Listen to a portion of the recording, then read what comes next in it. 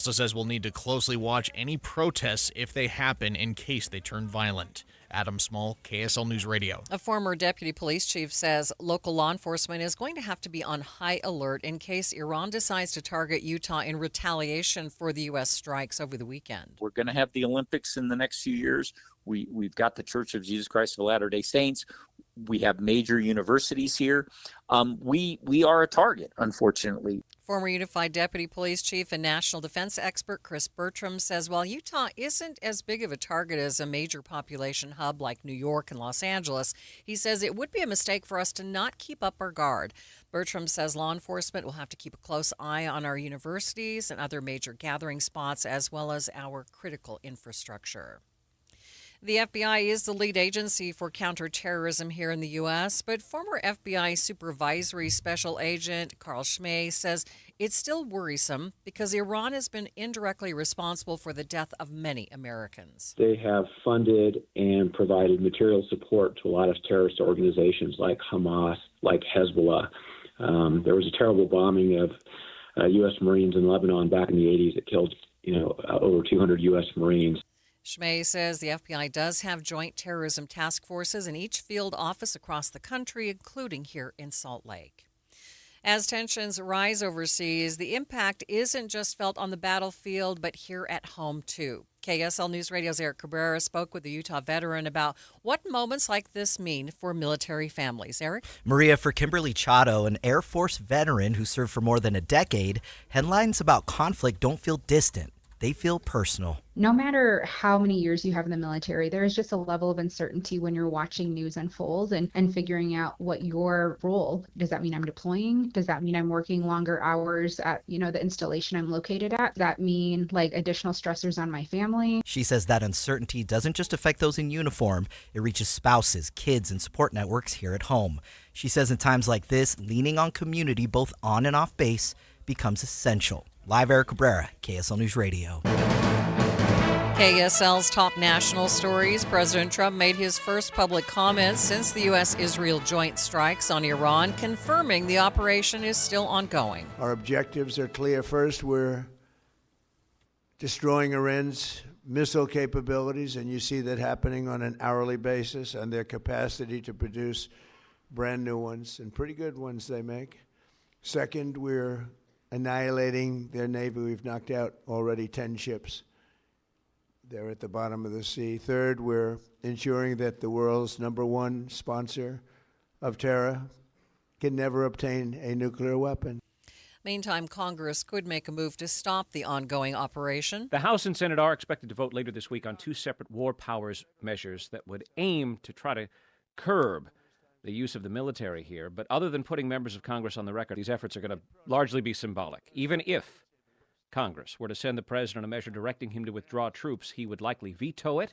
And without a two-thirds majority in the Congress to override that veto, which there is not now, there's not much lawmakers could do at this stage to end what the president and his aides are now calling a war. That is ABC News national correspondent Stephen Portnoy reporting. Other national stories KSL is following this hour. The Department of Homeland Security is warning of potential lone wolf and cyber attacks after the strikes in Iran, and investigators are already looking into a mass shooting in Texas, whether it was related to those strikes. ABC's Faith Abube has the latest. Gunfire outside a popular bar in Austin, Texas this weekend, now being linked potentially to terrorism. Police say the shooter first opened fire from his SUV at patrons outside the bar, then got out with a rifle and shot people in the street. 2 people were killed, 14 others wounded. People inside sheltering for safety. Close it. Close it. Close it. Close it. Within 1 minute of the first call for help, police confronting the gunman, fatally shooting him. The FBI says it has recovered evidence suggesting that the suspect supported Iranian leadership and the regime's ideology. First look traffic. Ricky Meese, already an emergency traffic situation? Already, I'm afraid. Provo Canyon, Highway 189, still closed in both directions. Now, this is due to ongoing road work. They almost always close it daily at 11 o'clock and have it reopened by 11:30, but not today. This is near Deer Creek. Both directions, Highway 189, traffic still completely stopped due to this closure. Ricky Meese in the KSL Traffic Center. KSL News Time, 12:05. $5,000 $5,000. That's the average amount of money people in the U.S. are now spending on gas in a year. $5,000. That's crazy. If you drive, you have to download Upside, the free app that gives you cash back every time you get gas. That's right. You can earn real cash back with Upside just by buying the gas you're already buying. You can literally start earning cash back today. I use Upside every time I fill up, and I've already made around $300. You're putting gas in your car anyway. Why not get real cash back? If you like free money, download Upside. I'm saving the cash I earn from using Upside to help pay for a vacation later this year. Download the free Upside app now to earn cash back every time you buy gas. Use promo code SOUND to get an extra 25 cents per gallon on your first tank. You can cash out anytime right to your bank, PayPal, or a gift card for Amazon and other brands. Just download the free Upside app and use promo code SOUND for a 25 cents per gallon bonus on your first tank. That's code SOUND for a 25 cents per gallon bonus. Hi, this is Doug Wright. I've recently seen two just delightful plays at Hale Center Theater. One is called Peter Pan Goes Wrong. When a local drama company stages Peter Pan, the stalwart thespians and crew face about any disaster or mishap that you can imagine, and their distress and their consternation fuels our delight and laughter. This is so much fun, and I challenge you not to laugh. And plus, my favorite radio station even gets a nod in this ill-fated production. And then, on the brand new Beehive stage, two local playwrights, Fox and Dietline, have a brand new musical, Hallmarked. It includes tidbits of every Hallmark movie plot you have ever seen. A young woman heads to Vermont to save a floundering reality cooking show, but she's determined not to be Hallmarked. You're going to love the play. You're going to love the music. Get your tickets at hct.org. Don't forget, Hunchback of Notre Dame coming up on March 9th. Thank you for joining us for Midday. Recapping our top story, a national security expert says while we need to be on alert for retaliation following the attack in Iran, Utahns can overall sleep easy knowing the chance of a physical attack is low. KSL News Time 12:08. We are learning more about a SWAT situation in Eagle Mountain last night. The Utah County Sheriff's Office says that they responded to a domestic violence call where a man refused to come out of the home. Based on the man's history and the presence of guns in the home, the Utah County Metro SWAT team was called out. He ended up peacefully surrendering and was taken to jail on several domestic violence charges. The shooting that rocked a Taylorsville liquor store is believed to be the result of road rage. KSL News Radio's Cameron Elliott has more. Salt Lake City police say 23-year-old Tyler Mhaka sped into the lot of the liquor store, hitting a bollard before he got out of the car. He then chased another person into the store while shooting, hitting the victim 3 times. Mhaka was then shot by an off-duty police officer and taken to the hospital alongside the victim. Now, police are considering a road rage modifier to the proposed charges, which could mean additional fines and prison time. Cameron Elliott, KSL News Radio. A man was arrested in South Salt Lake after fighting and biting a security guard. Arrest documents say police were called to the Winco on Main Street after loss prevention reported a man shoplifting. After confronting him, he began fighting the employees, even biting one. He reportedly had a knife in his pocket and tried reaching for it multiple times. Owners of a specialty store in Mill Creek say they are recovering after a thief broke in over the weekend, taking product worth thousands of dollars. We don't want to close our doors. We still want to be here for the community, and we don't want to cut our employees' hours for this either. We'll take the loss, but we're just trying to get our stuff back. Super Anime store co-owner Maria Navis tells KSL TV their cameras caught the moment a man picked the lock to their doors, came in, and stole rare collector Pokemon cards, anime figures, Star Wars helmets, and lightsabers, amounting to around $4,000. She says this hurts their business, but they want to stay for their community and hopes that some of their items can be recovered. Traffic and weather together. We do have an emergency traffic situation. Traffic and weather is brought to you by UCCU. Earn 4.24% on savings at uccu.com. Ricky, what's going on? Provo Canyon remains closed at this time. Road work every day at about 11 o'clock closes Highway 189 both directions near Deer Creek, and it stays closed for about a half an hour. They are running behind because this closure has not been lifted, and we have delays that continue continue to stack up if you're traveling between Heber and Provo. Now, up north, we have a crash in Weber County. This is westbound 50, 600 south at 2600 west in Roy. It had been blocking a right lane. It's in the clearing stages if you're traveling southbound I-215's West Belt.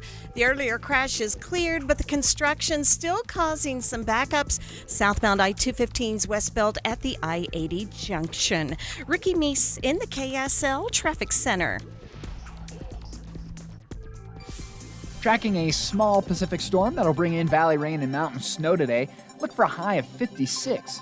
38 overnight, scattered showers still possible. We'll go to 54 and partly cloudy on Tuesday. Wednesday, balmy, 62 and mostly sunny skies. From the KSL Weather Center, I'm Matt Johnson. And a bit of rain in downtown Salt Lake City, 48 degrees. Coming up on Midday with Maria Shilaos. We'll hear more from a national security expert following the strikes in Iran. That's coming up, streaming live at KSLNewsRadio.com and on the app for KSL News Radio. We are Utah's news, traffic, and weather station.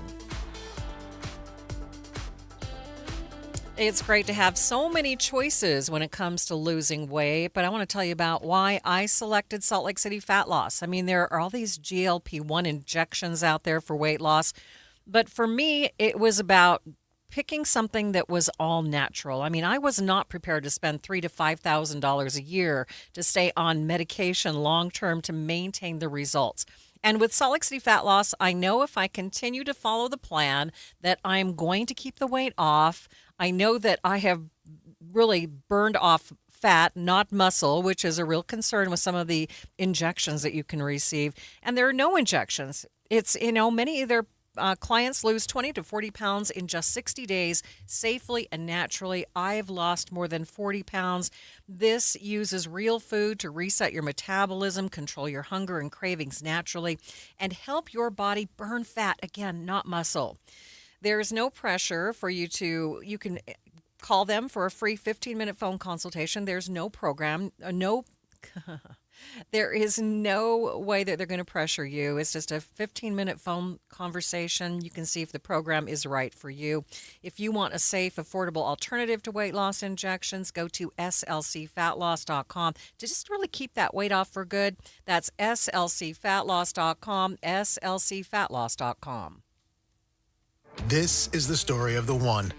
As a maintenance tech at a university, he knows ordering from multiple suppliers takes time away from keeping their arena up and running. That's why he counts on Grainger to get everything he needs, from lighting and HVAC parts to plumbing supplies, all in one place. And with fast, dependable delivery, he's stocked and ready for the next tip-off. Call 1-800-GRAINGER, click Grainger.com, or just stop by. Grainger, for the ones who get it done.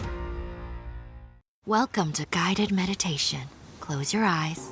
You're at the beach. The seagulls are calling. You take out your iPhone 16e you got from Cricket and use Apple Intelligence to clean up that selfie you just took. It's a good one. You send it to your friends instantly thanks to reliable nationwide 5G. They're totally jealous. Get iPhone 16e for $49.99 when you switch. Smile, you're on Cricket. Requires new line on the Supreme Unlimited plan. First service charge and tax due at sale. $25 activation fee. Terms and restrictions apply. Cricket 5G is not available everywhere. See store for details. KSL News Time 12:15. The three things you need to know this hour. First, A Utah Air Force veteran says in times of rising conflict, leaning on community and available support can help military families navigate the uncertainty that comes with service. I'm KSL News Radio's Eric Cabrera. Second, we're learning more about a SWAT situation that unfolded in Eagle Mountain last night. One man is in police custody. Third, traffic and weather together. Emergency traffic, Ricky. And this is in Provo Canyon, Highway 189. It's closed in both directions near Deer Creek. Try to avoid this spot if you need to travel between Utah County and Wasatch County. The closure is due to road work. It takes place every day at about 11, but the closure is taking longer today. Ricky Meese in the KSL Traffic Center. Temps remain in the 50s generally this week with a couple of storms. I'm Matt Johnson. And we've seen some rain showers in the last little bit. 48 degrees at the KSL Common Spirit Health Studios. Time now for KSL's top national stories. From ABC News, I'm Michelle Franzen. More strikes today with the U.S. and Israel launching airstrikes at Iranian sites and Iran continuing to target military and civilian areas across the entire region.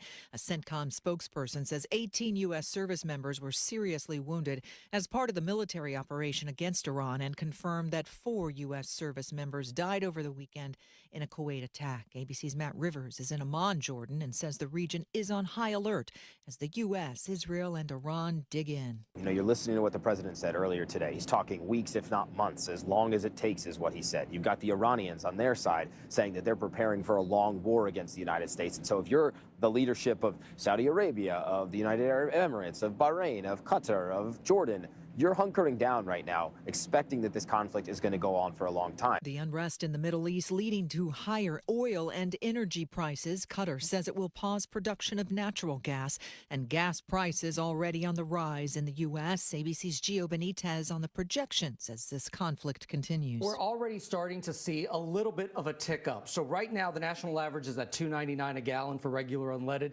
but that is expected to go up above $3 from our friends over at Gas Buddy. Within 1 to 2 weeks, we're looking at $3.10 to $3.15. Within 2 to 3 weeks, we're looking at $3.20 to $3.25. In Texas, the FBI and local law enforcement continuing its investigation into a mass shooting outside a bar in Austin early Sunday morning and a possible reaction to the U.S.-led strikes in Iran. Here's ABC's Pierre Thomas. Sources tell me that in addition to wearing a T-shirt with the Iranian flag, the FBI has also recovered evidence suggesting that the suspects supported Iranian leadership and the regime's ideology.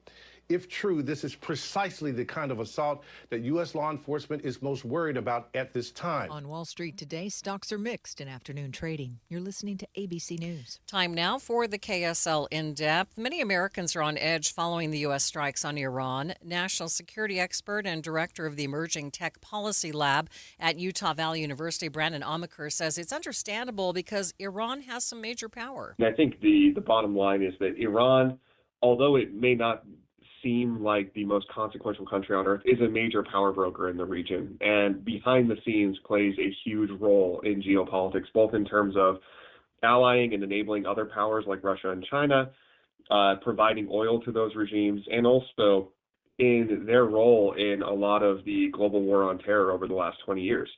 Iran has been a major power broker behind the curtain, and they are extremely, extremely influential in many circles. So I think this operation has the potential to take them off the board as a malicious actor against the U.S., but also destabilization of any kind, especially with a nation that does broker significant power, carries significant risks.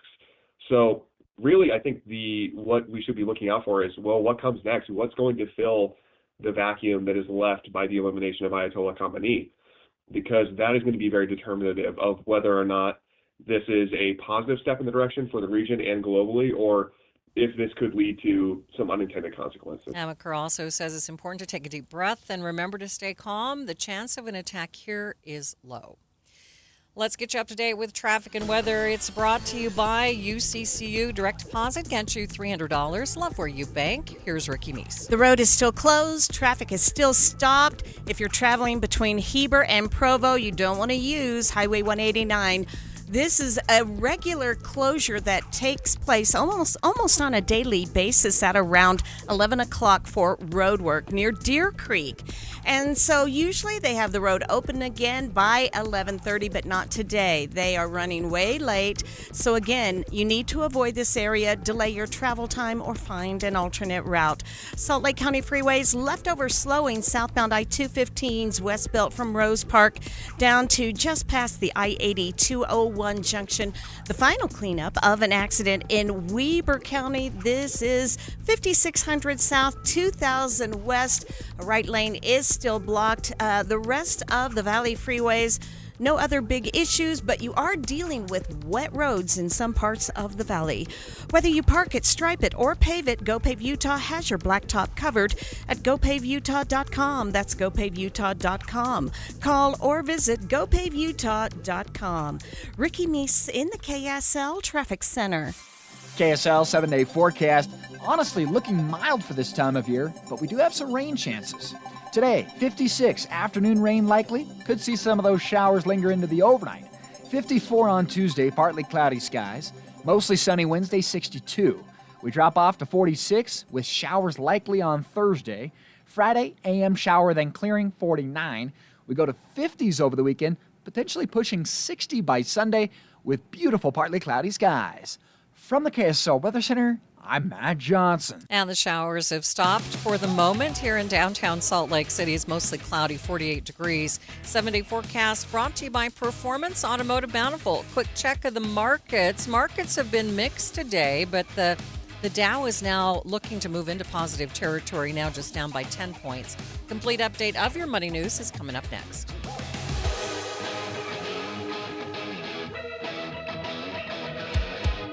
Doug Wright here with Monty at Connecticut Quality Water Systems of Salt Lake, an authorized independent dealer. Monty, give it to me straight. Why is Connecticut the premium choice over those standard electric softeners? Doug, it comes down to this. Do you want an appliance you have to babysit? Standard water softeners have microprocessors and computers that need setting and adjustment, and they use a lot more salt. So you get to haul 40-pound bags of salt down to your basement every month or so. And Connecticut? Zero electricity, zero timers to reset, zero downtime, and uses 70% less salt. It's a higher standard of engineering that completely removes the hassle of owning a water softener. That's what I love about my Connecticut. Dee and I never have to even think about it. We occasionally add a bag of salt and it just works, and I've never had to set or adjust anything. Do what I did and get the one that just works. Find out how soft your water could be at softwaterutah.com. That's softwaterutah.com. Gold demand is skyrocketing to record highs. As more Americans rush to preserve their savings, will there be enough gold? I'm Dr. Ron Paul, and I believe physical gold is the only way to truly protect your 401k or IRA savings. Gold offers tangible security that can't be tracked, stolen, or inflated. That's why I strongly advocate for gold IRAs. To learn more, text the word SECURE to 989898 now. Birch Gold Group will send you a free info kit on gold IRAs. Birch Gold is the only gold company I trust, and their thousands of great reviews prove I'm not alone. So don't wait another second. Protect your retirement savings today and see how easy it is to move your IRA or 401k into physical precious metals. Text SECURE to the number 989898 for your free gold IRA info kit. Again, SECURE to 989898. Message and data rates may apply. My friend Joey loves to use old familiar sayings. You know what they say. The problem is, Don't look at a gift horse, cause you can't make them drink. he gets a lot of them mixed up. People who live in glass houses Here it comes. shouldn't cry over spilt milk. There are also a lot of sayings in the financial world, like, you'll pay lower taxes in retirement. But for many people, it's just not true. You may have done a great job saving in that 401k or IRA, but Uncle Sam is ready to grab a big portion of that money. The team at Galileo Wealth Management can help with strategies that you can start now to lower your tax bill in the future.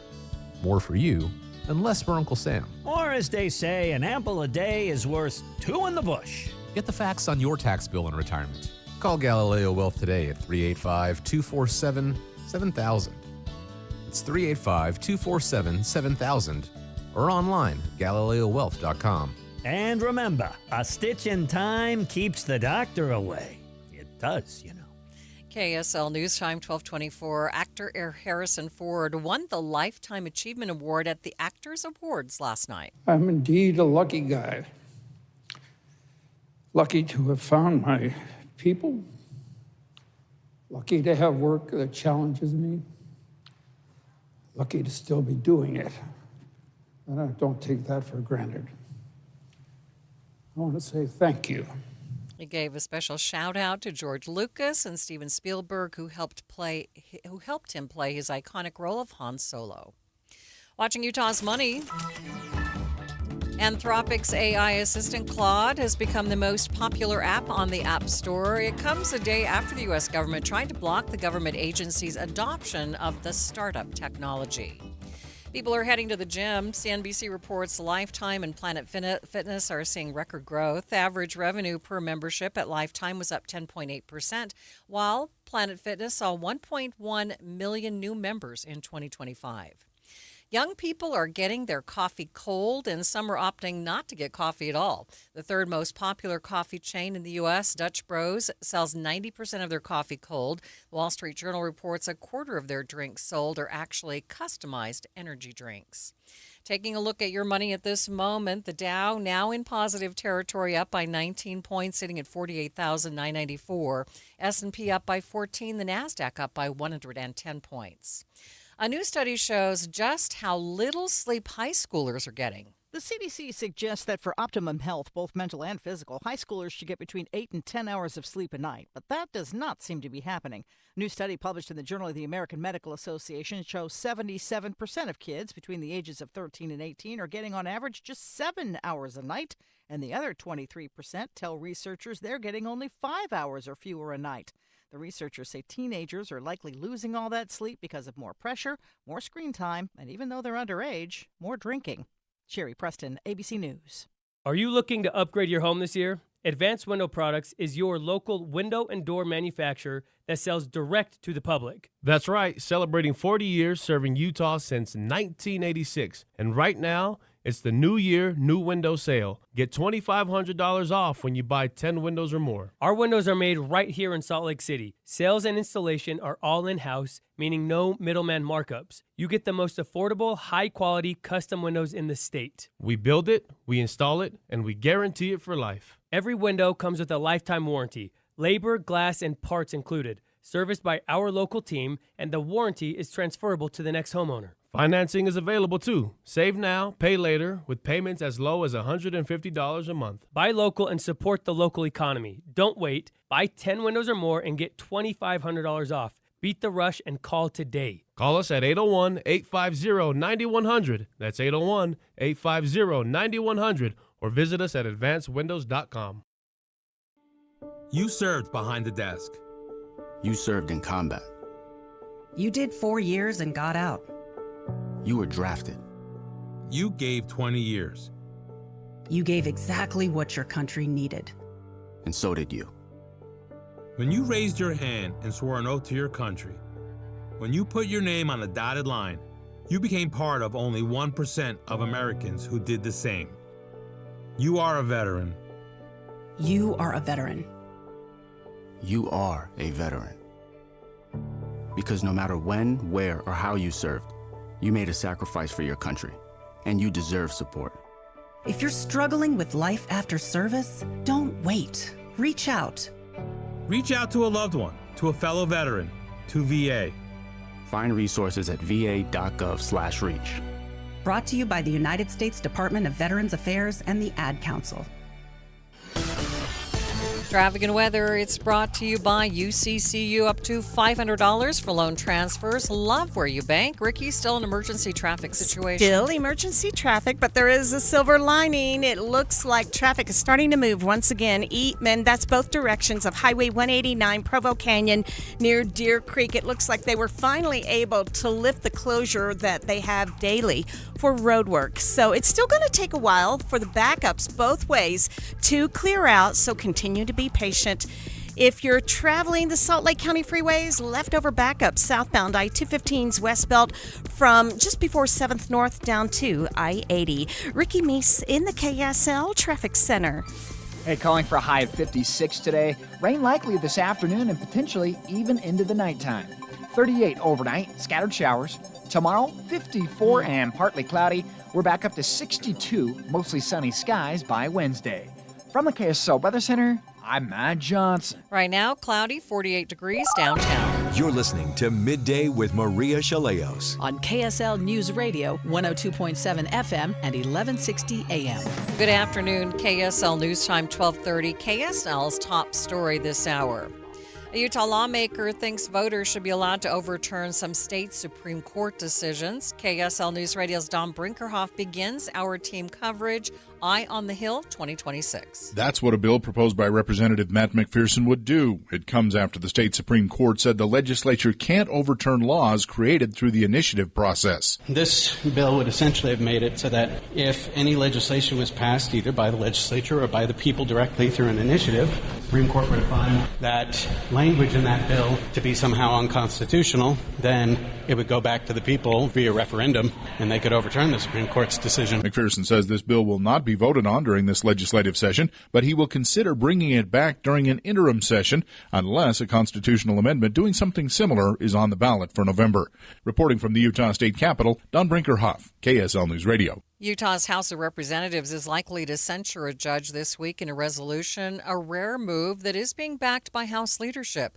The resolution is in reaction to comments made by Judge Don Torgerson during a sentencing hearing last year when he said child sex abuse materials were not the worst he had seen and declined from giving more jail time to Aiden Hoffman, who had been convicted of distributing the material. The statements made here in a courtroom from a judge were obviously not appropriate. Utah House Speaker Mike Schultz says this is not meant as an attack against the judicial system, but just to hold one judge accountable. The resolution is expected to pass this week.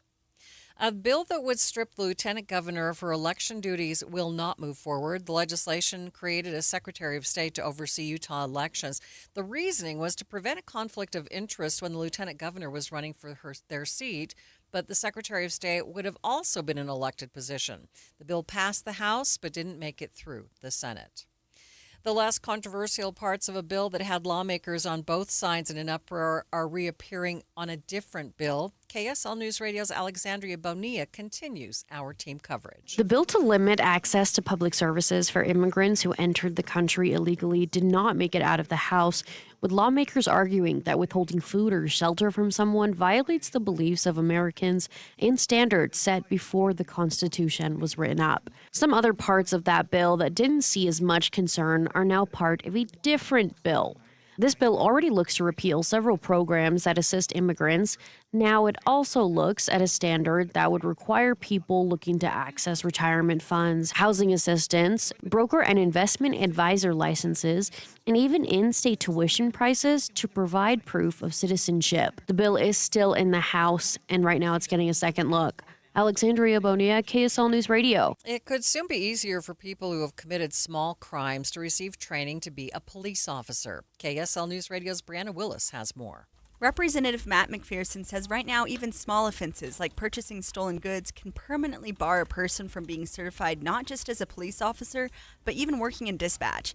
He says his modification wouldn't compel any agency to hire, But it would allow certain individuals that would otherwise be qualified and would in most cases already be offered a job, that they would be able to continue with certification. The modification would allow training for a person who has had a criminal offense removed from their record, hasn't recommitted in 10 years, and who has never committed a violent or sexual crime. The bill passed out of the Senate committee this morning. Brianna Willis, KSL News Radio. KSL's top national stories. President Trump has confirmed major combat operations against Iran will continue for the foreseeable future.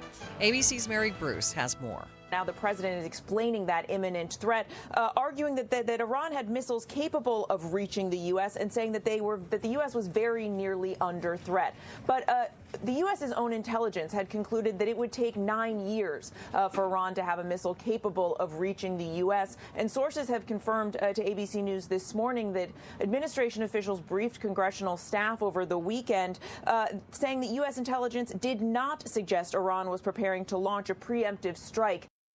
Around a dozen countries in the Middle East left in limbo as Iran's retaliatory strikes continue in the region. ABC's Matt Rivers is in Jordan with more. You're listening to what the president said earlier today. He's talking weeks, if not months, as long as it takes is what he said. You've got the Iranians on their side saying that they're preparing for a long war against the United States. And so if you're the leadership of Saudi Arabia, of the United Arab Emirates, of Bahrain, of Qatar, of Jordan, you're hunkering down right now, expecting that this conflict is going to go on for a long time. Many families in Israel are already in shelters today. Today we were already inside the bomb shelters already a few times. The Israelis and the Americans and other allies have been really effective in shooting down most of the ballistic missiles that have come this way to Israel, but some have managed to strike directly. ABC's Jordana Miller reporting from Jerusalem. First Look Traffic, here's Ricky Meese. Well, Provo Canyon is open once again, Highway 189 near Deer Creek. However, the backups in both directions were pretty solid. and they stretched, so we're still seeing leftover delays. Ricky Meese in the KSL Traffic Center. KSL News Time, 1235. What if Jurassic Park really existed? Well, you would need a reliable mobile connection to keep you online at the park. With Xfinity Mobile, you have Wi-Fi where you need it and 5G everywhere else. Whether you're live streaming a T-Rex feeding or downloading park maps when you're lost in the Gallimimus run, you can stay connected with Raptor fast speeds. Xfinity Mobile is there for you at home and at the park because it was born ready for you to roam. Xfinity. Imagine that. And now you can cut your mobile bill in half with 2 lines unlimited. Learn more at xfinitymobile.com. That's xfinitymobile.com and watch Jurassic Park with Xfinity. Restrictions apply. Xfinity Internet required. Savings based on promotional rate for 2 lines of Xfinity Mobile Unlimited versus 2 lines of T-Mobile Experience More, Verizon Unlimited Plus, and AT&T Starter as of 2/10/26. Taxes, fees extra. 1-877 Cars for Kids. KARS Cars for Kids. 1-877 Cars for Kids. Donate your car today. 1-877 Cars for Kids. KARS Cars for Kids.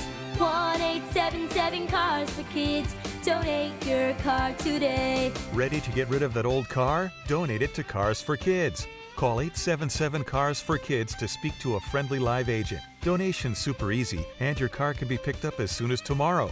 Go to carsforkids.org now or call 877 Cars for Kids to donate your car today. 1-877 Cars for Kids. KARS Cars for Kids. 1-877 Cars for Kids. Donate your car today. Did you know you can donate real estate too? Thank you for joining us for Midday. Recapping our top story, Utah lawmaker wants voters to be able to overturn state Supreme Court decisions through the initiative process. KSL News Time, 1237. Utah's chief medical examiner has been testifying in the Corey Richens trial today about her husband's toxicology report after his death. KSL News Radio's Heather Peterson is live with what's been said in court today. Heather? Maria, Corey Richens is the Camas mother accused of poisoning her husband, causing his death, and then writing a children's book about grief. Today, Dr. Eric Christensen testified they found a fatal dose of fentanyl in Eric Richens' system that was likely a street version of the drug taken orally or injected. They played a recording today of when Corey Richens asked the medical examiner's office to ask questions about the report in the months after Eric's death. So the 15 ng, is that like a substantial amount? Is that like a trace? That's a lot. That's a lot of fentanyl in the blood. Yeah, I mean, that's people die with half that amount or less in their system. Okay, so that's quite a bit. Yeah. Also on the stand today was a family friend. She said 3 years prior to Eric's death, Corey had talked to her about how she felt trapped in her marriage because a prenuptial agreement made it so she would be in a bad position financially if they were to divorce. Reporting live, Heather Peterson, KSL News Radio.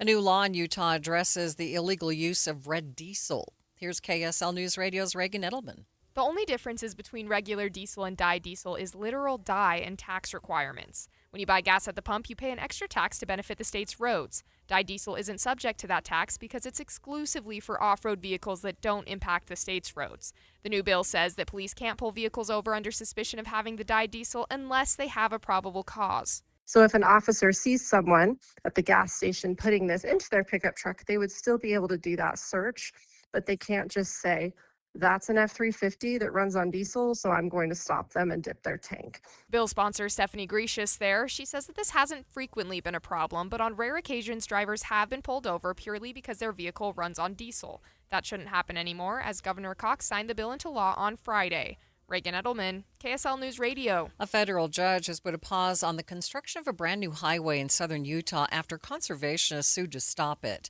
The Northern Corridor Highway would run through the Red Cliffs National Conservation Area. Plaintiffs argue the road would disrupt natural habitats and threaten endangered species.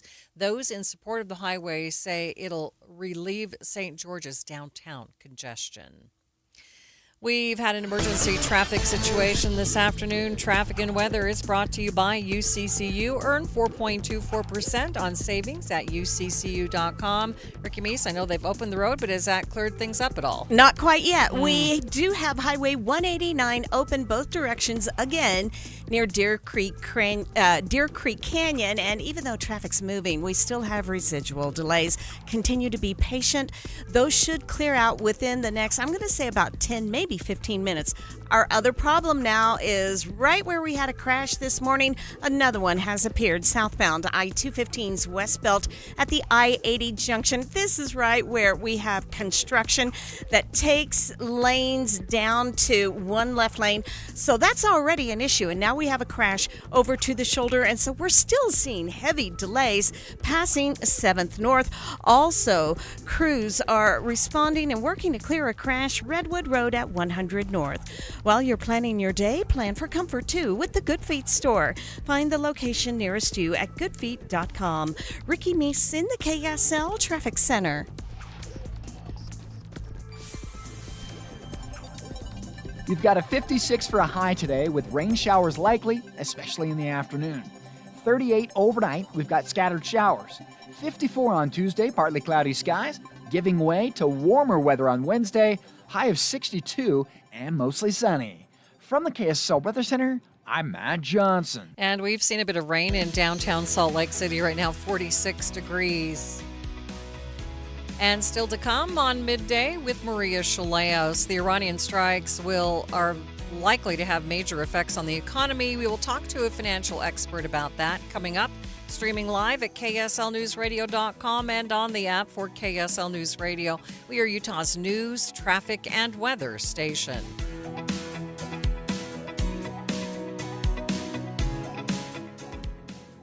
This weekly tax tip is brought to you by the Utah Association of Certified Public Accountants. Here's CEO Susan Spears. Hey homeowners, there are important tax changes this year to how much you can deduct for property taxes. Let's talk SALT, the tax kind. SALT stands for state and local taxes. It includes property taxes, state income taxes, and some local taxes you pay during the year. For several years, taxpayers were capped at deducting just $10,000 of SALT on their federal return. Under the new law, that cap has been raised up to $40,000 for many taxpayers. There's an income phase-out for higher earners, and married couples filing separately are limited to half the amount. Get the most out of your income tax preparation when you hire a licensed CPA. Visit uacpa.org to find a CPA that's right for you. And check out new tax tip videos by following on social media at Talk to Your CPA. Attention Jazz Nation, the long wait is finally over. Mountain basketball is back and better than ever. Let's go! All tickets are on sale now, and you won't want to miss the action. Jump on the opportunity to watch your favorite players live and in person. Whether you're after season tickets, mini plans, or single game matchups, the Utah Jazz has got your back. There's a plan for every fan. Don't miss out. Secure your seats today and be part of the excitement all season long. Let's go! Visit UtahJazz.com today. It all started with a commitment to comfort. Gillette Heating and Air is proud to be Utah County's go-to team for expert HVAC and plumbing solutions. Need a repair, upgrade, or seasonal tune-up? Don't let cost hold you back. With 0% financing available, it's easy to get the work done now and pay later. Plus, save $100 on any repair over $500 and keep your system running strong with a professional tune-up before the heat hits. Visit GilletteHVAC.com or call 385-GET-COOL to book today. Homegrown service pros, financing made simple, comfort made easy. Carrier, turn to the experts. A Carrier factory authorized dealer. Before a disaster turns your family's world upside down, it's up to you to be ready. Get a kit, make a plan, be informed. Learn how at www.ready.gov. Brought to you by the Federal Emergency Management Agency and the Ad Council. KSL News Time, 1245. The three things you need to know this hour. First, a Utah lawmaker's bill would allow voters to overturn state Supreme Court decisions through the initiative process. I'm KSL News Radio's Don Brinker-Hoff. Second, in the trial of Camas' mother accused of fatally poisoning her husband, then writing a children's book about grief, we heard from the medical examiner today, as well as from a family friend who said Corey Richens felt trapped in her marriage. Third, traffic and weather together, Ricky. And traffic is stacked up and backed up southbound I-215's west belt starting after 12th North down to the I-80 junction. And that's where we have another accident. It's been moved to the shoulder. Delays are starting to ease somewhat, and that's each direction of Highway 189 by Deer Creek with roadwork. Ricky Meese in the KSL Traffic Center. Hey, I've got rain in the forecast today with a high of 56. I'm Matt Johnson. A bit of rain, 46 degrees at the KSL Common Spirit Health Studios. Time now for KSL's top national stories. This is a special report from ABC News. I'm Michelle Franzen. Airstrikes across the Middle East continuing today as Iran retaliates against U.S. and Israel's major combat operation that killed Iran's supreme leader Saturday. The violence leading to 18 U.S. service members being seriously wounded, according to a CENTCOM spokesperson. It follows the deaths of 4 U.S. service members in Kuwait. ABC's Matt Rivers is in Amman, Jordan, and has more on the escalations that are keeping the region on edge. You know, dozens and dozens and dozens of Iranian missiles have been fired at these countries, U.S. military bases in those countries. Most of them have been intercepted, but we have seen the deadly nature of some of those strikes. So that's what we've seen the last couple of days, and that's certainly what we're expecting to see as this situation continues. Iran not showing any signs yet that it's going to slow down this missile barrage. President Trump says the operation could take anywhere from 4 to 5 more weeks or longer. He also offered condolences to families of the fallen service members, but warned more U.S. lives could be lost. This is ABC News. The strikes in Iran will likely affect the global and local economy. DMBA certified financial planner Shane Stewart joins me now live. Shane, thanks for being with me. Of course. So what could this mean for us? Yeah, the markets don't like uncertainty, and neither do economies. So it could mean some volatility here in the short run, and maybe even extending past that 4 or 5 weeks of an operation in Iran. So we've heard a little bit about gas prices going up. Do you expect that to be the major impact, or where do you expect us to see it? Absolutely, in gas and oil, an oil producing company and region for that matter caused uncertainty already, and then to be able to add to that an attack will cause uncertainty, and we'll probably see not only rising prices in oil and gas, but fluctuation in that, meaning as things seem a little better there, they'll taper back off, but it will be an up and down ride for a bit. What should consumers be thinking about? Should they be holding off on making any major purchases, or how do you see this? Yeah, I think that we'll probably see, unless something really escalates in that region and or across the world, it will likely be temporary and it'll likely be relatively mild. If something unforeseen happens where there are significant casualties on the U.S. side or other countries becoming involved, then we would have a problem. So it's more likely that we'd have some minor issues in the next month or so. And as far as purchases, you probably just make those as you can now. When it comes to oil and gas, you probably just want to be prudent on when prices go up, checking your spending, checking your travel, that kind of thing. But especially with investments, as we've talked about before, you don't want to be too reactionary because you're likely to miss out on some of the best days. So it really has to do with your spending and just watching that as costs go up if they do. Yeah, the summer travel season is kind of on the horizon here. What can we expect as far as airfares if gas prices are going up? Yeah, I think that's one that you might want to take a look at. And if you're planning ahead, you might be making those purchases now in case they do go up at a future date. The other part of that would be if you're traveling where you're driving, you want to think that through as well, that might cost you a bit more come this summer. All right. Shane, thank you so much for joining me. You're welcome. DMBA certified financial planner Shane Stewart joining me for the KSL In-Depth. Let's get you up to date on the drive, traffic, and weather. It's brought to you by UCCU. Direct deposit gets you $300. Love where you bank. And here's Ricky Meese. Emergency traffic this time is on I-215's West Belt again, where one crash cleared, another one appeared, and this is southbound as you're approaching the construction work at the I-80 junction. Even though the crash is being moved over to the shoulder, we still have traffic It's just creeping along back to about 12th North. So if you're traveling this stretch, it's going to add an extra 10, maybe 15 minutes to get through that area. And adding insult to injury, it's raining there, so the road surface is wet. It's a bit nasty in that stretch. Again, delays due to an accident and construction. But the good news is, if you're traveling Highway 189, Provo Canyon going to and from around Deer Creek, those delays where the road had been closed are clearing pretty quickly.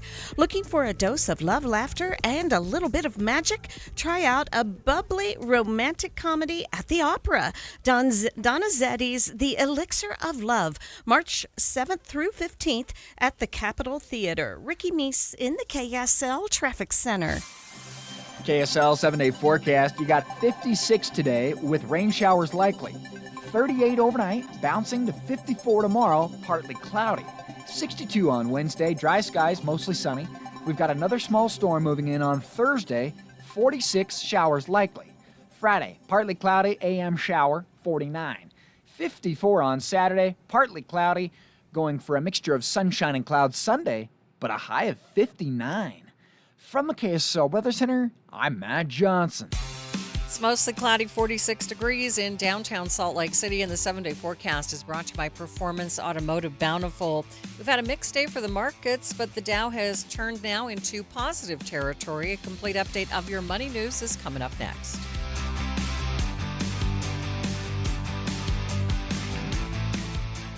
Kitchen and bath transformations start with AMC Building Materials. AMC Building Materials is a large kitchen cabinet and countertop supplier serving both wholesale and retail customers. AMC offers factory direct pricing on all interior remodeling materials, giving you exceptional value without sacrificing quality. Most standard items are available for quick payment and pickup right away. AMC Building Materials provides professional service, free design, and free on-site measurements, along with expert installation by top AMC professionals. From bold kitchen designs to beautiful functional bathrooms, AMC delivers outstanding value with styles you'll love. And best of all, most projects can be completed within just 10 days. Come experience beauty you can see, quality you can feel, and service you can trust. Get directions to the new AMC Building Materials showroom at 3678 South 700 West today and schedule your free estimate. Visit amckitchenslc.org. That's amckitchenslc.org.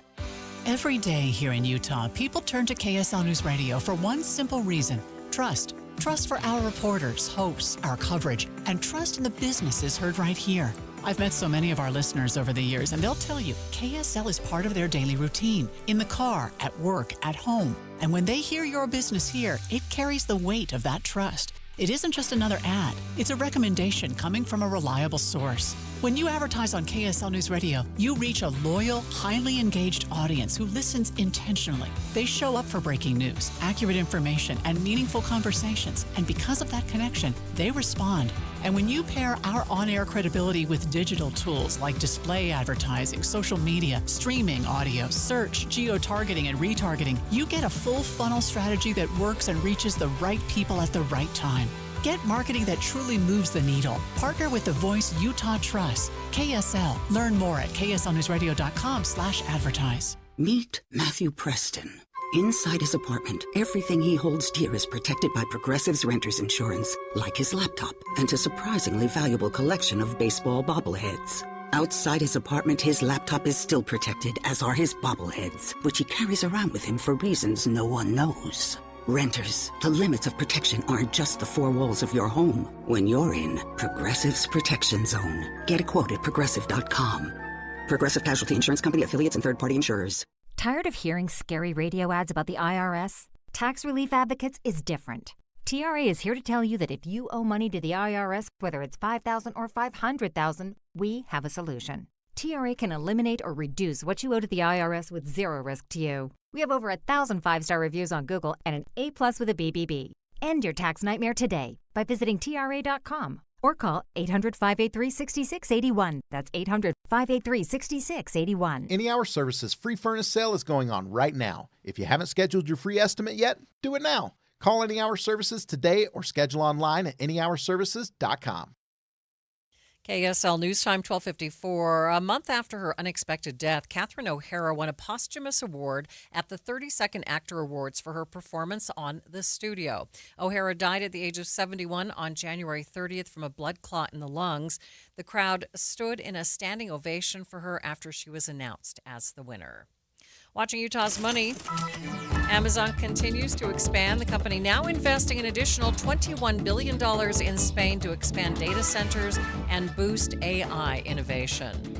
A small Utah business has been around since 1955 is closing. The equipment and 30,000 square foot plant of quality plating will go to the highest bidder. KSL reports it will likely be torn down for apartments. An often overlooked charge is driving up the price tag on new cars. The Wall Street Journal reports it's called a destination charge, and it costs an average of $1,600. It's the cost of shipping a new car to its buyer. It's being driven by increased shipping costs and tariffs. Taking a look at your money at this moment, the Dow is up by 31 points, sitting at 49,008. S&P up by 20, and the Nasdaq up by 124 points. The weekend's #1 movie is still making a killing at the box office. 30 years after the original slasher movie opened in theaters, Scream 7 debuted with a franchise best and bigger than expected $64.1 million in ticket sales for the weekend, say studio estimates. A goat. Goat, which dropped to second place with $12 million in its third weekend, and Wuthering Heights in third, each have earned over $70 million so far. 21 Pilots, more than we ever imagined, was fourth. Epic, Elvis Presley in concert, fifth. A family office is a team built to handle the 3 biggest financial responsibilities a family faces: wealth management, tax strategy, and estate planning. Most firms only manage your investments and refer the rest out, hoping everyone stays aligned. At Trajan, we built something different. Your wealth, tax planning, and estate planning are handled together inside one firm under one roof. There's no guessing whether your CPA, advisor, and estate attorney are truly in sync, because our team works together every day on your behalf. When your financial life becomes more complex, your advice should become more coordinated, not more fragmented. One plan, one trusted team. Call Trajan today, 801-207-9900. That's 801-207-9900. Trajan Wealth, an SEC-registered investment advisor. Additional services through Trajan Estate and Trajan Tax. Additional disclosures and accreditation at TrajanWealth.com. Some of the most meaningful jewelry you own isn't new. It's inherited. A ring from a grandmother. A necklace tucked away in a drawer. Pieces full of memories, but no longer your style. Duke's Jeweler specializes in reimagining family heirlooms into custom pieces you'll actually wear and love. Duke's on-site jewelers and designers work with you one-on-one to honor the original story while creating something fresh, modern, and uniquely yours. From resetting diamonds into new engagement rings to transforming multiple heirloom pieces into one stunning design, every project is crafted with care, precision, and intention. Don't let meaningful jewelry sit unused. Let it live on beautifully. Visit Duke's Jewelers on Main Street in Springville or online at dukesjewelers.com. Duke's Jewelers, where old stories become new treasures. dukesjewelers.com. Sign up for KSL Text Alerts. Get breaking news and traffic updates by texting the word news to 57500. Want access to exclusive contests? Text contest to 57500. Jazz fans, text the word jazz for breaking jazz updates. And Cougar fans, text BYU to 57500 for the latest on the Cougars. Message and data rates may apply. Traffic and weather together. It's brought to you by UCCU. Up to $500 for loan transfers. Love where you bank. Here's Ricky Meese. Heavy delays continue southbound I-215's west belt starting just after 12th North down to the I-80 junction. That may not seem like a long stretch, and relatively, maybe it's not, but traffic is mostly stopped, so expect delays. Also, some unusual heavy and slow traffic, and maybe due to rain, northbound I-15 approaching 33rd South. Ricky Meese in the KSL Traffic Center. Still an 80% chance of showers across the Wasatch Front this afternoon into this evening, decreasing to a 30% chance by tomorrow. Looking at a high today of 56 up to 62 by Wednesday. Right now, it's raining raining again in downtown Salt Lake City and 46 degrees. Other parts of the state, we're looking at Park City at 49 degrees, warmer than us. And St. George, though, very nice, 75 degrees.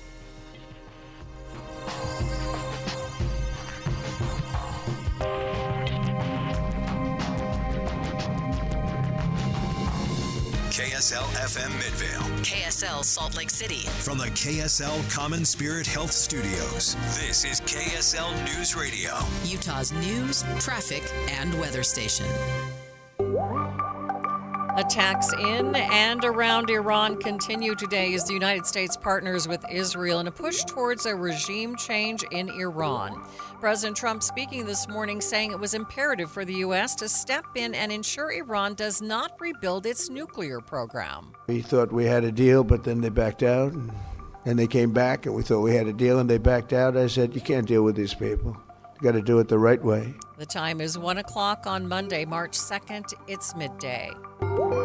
I'm Maria Shilaos. Coming up, 4 American service members already killed by retaliatory attacks. Also this hour, Iranians who now live in Utah reacting to the weekend's news. There was elation, there was cautious concern and optimism, and the third piece was just like bubbling up of all this pent-up years of trauma. Conflict in the Middle East. We have a special half hour examining how we got to this point and what it could mean for the Middle East as a whole. But first, our top stories. A national security expert says Utahns likely won't have to worry about a physical attack following the military operation in Iran, but he says we do need to keep our guard up for other retaliation. Here's KSL News Radio's Adam Small.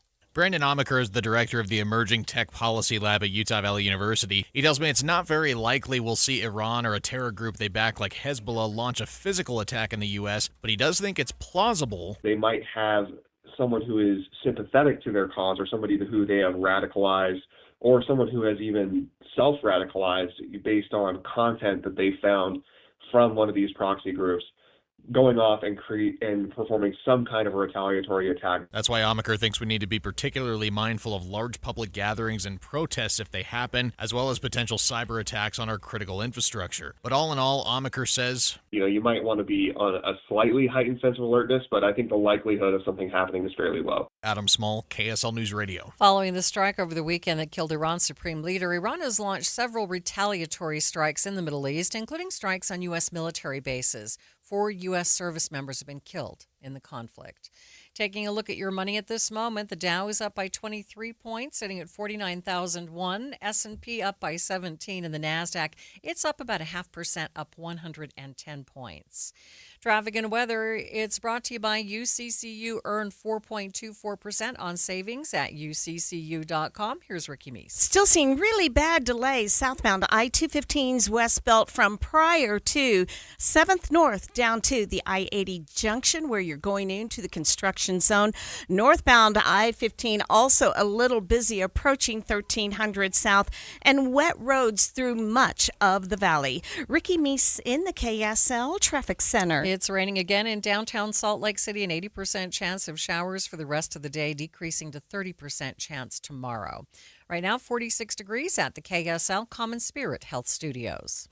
The sources where we get our news matters. When you listen to Utah's Morning News, we want you to feel the stories are important to you and trustworthy. This is Amanda Dixon. And I'm Andy Farnsworth. Join us weekday mornings on KSL News Radio. Getting help with electrical repairs is easier than you think. All you have to do is call Any Hour Services or schedule an appointment at anyhourservices.com. No one helps more homeowners than Any Hour Services. This is a special alert to all Americans who own a vehicle with less than 200,000 miles with an auto warranty about to expire or with no warranty coverage at all. Due to a decline in the economy, CarShield is announcing a low-cost month-to-month vehicle protection plan that is now available to the public to save any driver out-of-pocket expenses on future auto repairs. Call now to find out how you can pay almost nothing for covered auto repairs. Yes, you heard that correctly. Pay almost nothing for covered auto repairs. An open phone line has been established for all drivers to to call for a free quick quote. Call 800-292-4541 now. Drivers who are covered will not have to pay for covered repairs again. This protection plan is at an all-time low. Additionally, drivers who activate this vehicle protection today will also receive free roadside assistance, free towing, and car rental options at no additional cost. Call us for your free quick quote today. 800-292-4541. That's 800-292-4541. What do you have to lose? Call 800-292-4541. Again, 800-292-4541. Are you considering GLP-1 injections for weight loss? Before you start, ask yourself this. Are you prepared to spend $3,000 to $5,000 a year and stay on the medication long-term to maintain the results? Many prescription weight loss injections require weekly shots, and when the medication stopped, weight regain is common. And here's something most people don't realize. Research shows a significant portion of the weight lost can come from muscle, which may slow your metabolism and make keeping the weight off even harder. At SLC Fat Loss, they take a different approach. Their doctor-developed program helps men and women lose 20 to 40 pounds in just 60 days, safely and naturally. No injections, no synthetic hormones, no long-term dependence. Instead, they use real food to reset your metabolism, control hunger and cravings naturally, and help your body burn fat, not muscle. Right now, you can schedule a free phone consultation to see if the program's right for you. There's no pressure. If you want a safe, affordable alternative to weight loss injections, go to slcfatloss.com, slcfatloss.com. Results may vary. Thanks for tuning into Midday. I'm Maria Shilaos. Protests in the streets of Tehran as thousands of Iranians protested in support of the Iranian government, but much of the Western world, including the United States, celebrating the deaths of some of Iran's top leaders. Iran's Secretary of the Supreme National Security Council saying the country is prepared for a long war with the United States. Secretary of Defense Pete Hegseth speaking this morning about the change in leadership within that country. This is not a so-called regime change war. But the regime sure did change, and the world is better off for it. Conflict in the Middle East. We have special in-depth coverage on today's show. We begin with a conversation on how we got here and how that history affects how we move forward. I spoke with Dr. Austin Nuppy, director of Utah State University's Haravi Peace Institute, to get a bit of the background, along with his thoughts on who could fill the current power vacuum in Iran. The more recent historical perspective is the series of negative and unintended consequences of Hamas's attack on Israel on October 7th, 2023. The U.S.-Iran confrontation, this most recent iteration, is a consequence of the war between Israel and Hamas. The U.S. and Iran, though, have had a much more contentious relationship going back to the post-World War II period, where the Americans supported a monarch in Iran that was supported by some segment of the people, but ultimately was overthrown in a religious revolution in 1979, which transformed Iran into a theocratic government, which had some quasi-democratic elements, some voting, but was by and large extremely authoritarian. And so the legacy of U.S.-Iran tension goes back 45 years, and then today's the most recent iteration where it's now escalated into armed violent conflict. So with the elimination of the leadership, the top leadership, what is likely to happen? Are there people who you see coming forward, or what do you see happening now? Well, I had a mentor when I was in Washington, D.C. I had a mentor that said that the Middle East is a place where lots happens and very little changes. And so to augur any concrete predictions, I think would be a fool's errand. But I think there's a couple different scenarios. So this was, as explained by President Trump on Saturday, the stated goal by the administration is regime change. So to change out the religious and political leadership of Iran could result in a couple different scenarios. The nightmare scenario would be a disintegration not only of the Iranian government, but of Iranian society, where you would have an ethnic and sectarian civil war. Iran's 50% Persian, and then the other half of the country are ethnic and religious minorities, Azeris, Turks, Arabs, Baluchs, and other groups. I think that scenario, akin to something like Iraq or Syria, is unlikely. Iran has a strong national and cohesive identity that makes it different than what we see in Iraq and Syria. On the other hand, I think the best case scenario is not an elimination of the regime and people coming to the streets in democratic revolution. I think that's highly unlikely. In the interim, I think the most stable, predictable option would be a quasi-authoritarian, quasi-secular military government. that the religious leadership would be replaced by elements of the military regime that have some degree of legitimacy and authority that could then transition the state. That would not be liberal nor democratic, but would be more stable than what we've seen in recent history. So those are perhaps two or three different trajectories. To offer anything with more confidence, I think, would be foolish at this point, at least. How is this conflict going to affect the entire Middle East? What do you see as the effect? Well, it's already escalated to affect the entire Middle East. So there's been attacks by Iran on Persian Gulf allies, mostly in terms of U.S. basing infrastructure. We have a major naval base in the island of Bahrain. We have a major Air Force base in Doha, Qatar. And we have military assets in Saudi Arabia and in Jordan and in Israel. So just this morning, Middle East time, you saw Hezbollah re-engaging Israel on the northern border. So now you have not only a U.S.-Iran confrontation, it includes Israel and Lebanon and Jordan and the Persian Gulf states. So it's already escalated to include the region. The question is, how will the Americans and then the Iranian government proceed in order to control that escalation, outline some clear political goals that can resume negotiations, and actually tamp down violence? What are the stated objectives, and how resolved are both the Americans and their allies to achieving those objectives? Right now, it's quite in flux. The president's explanation for the war on Saturday was quite different than what Defense Secretary Hegseth announced this morning, that it was not a regime change operation. So within the administration's own core decision makers, there's confusion as to what the actual goal of this operation is. So it sounds like until that is identified, we won't know how much bigger the escalation will get. Right. So that's right. So states need to both clearly and in a manner that's convincing articulate what their goals are. Right? War is just a political negotiation.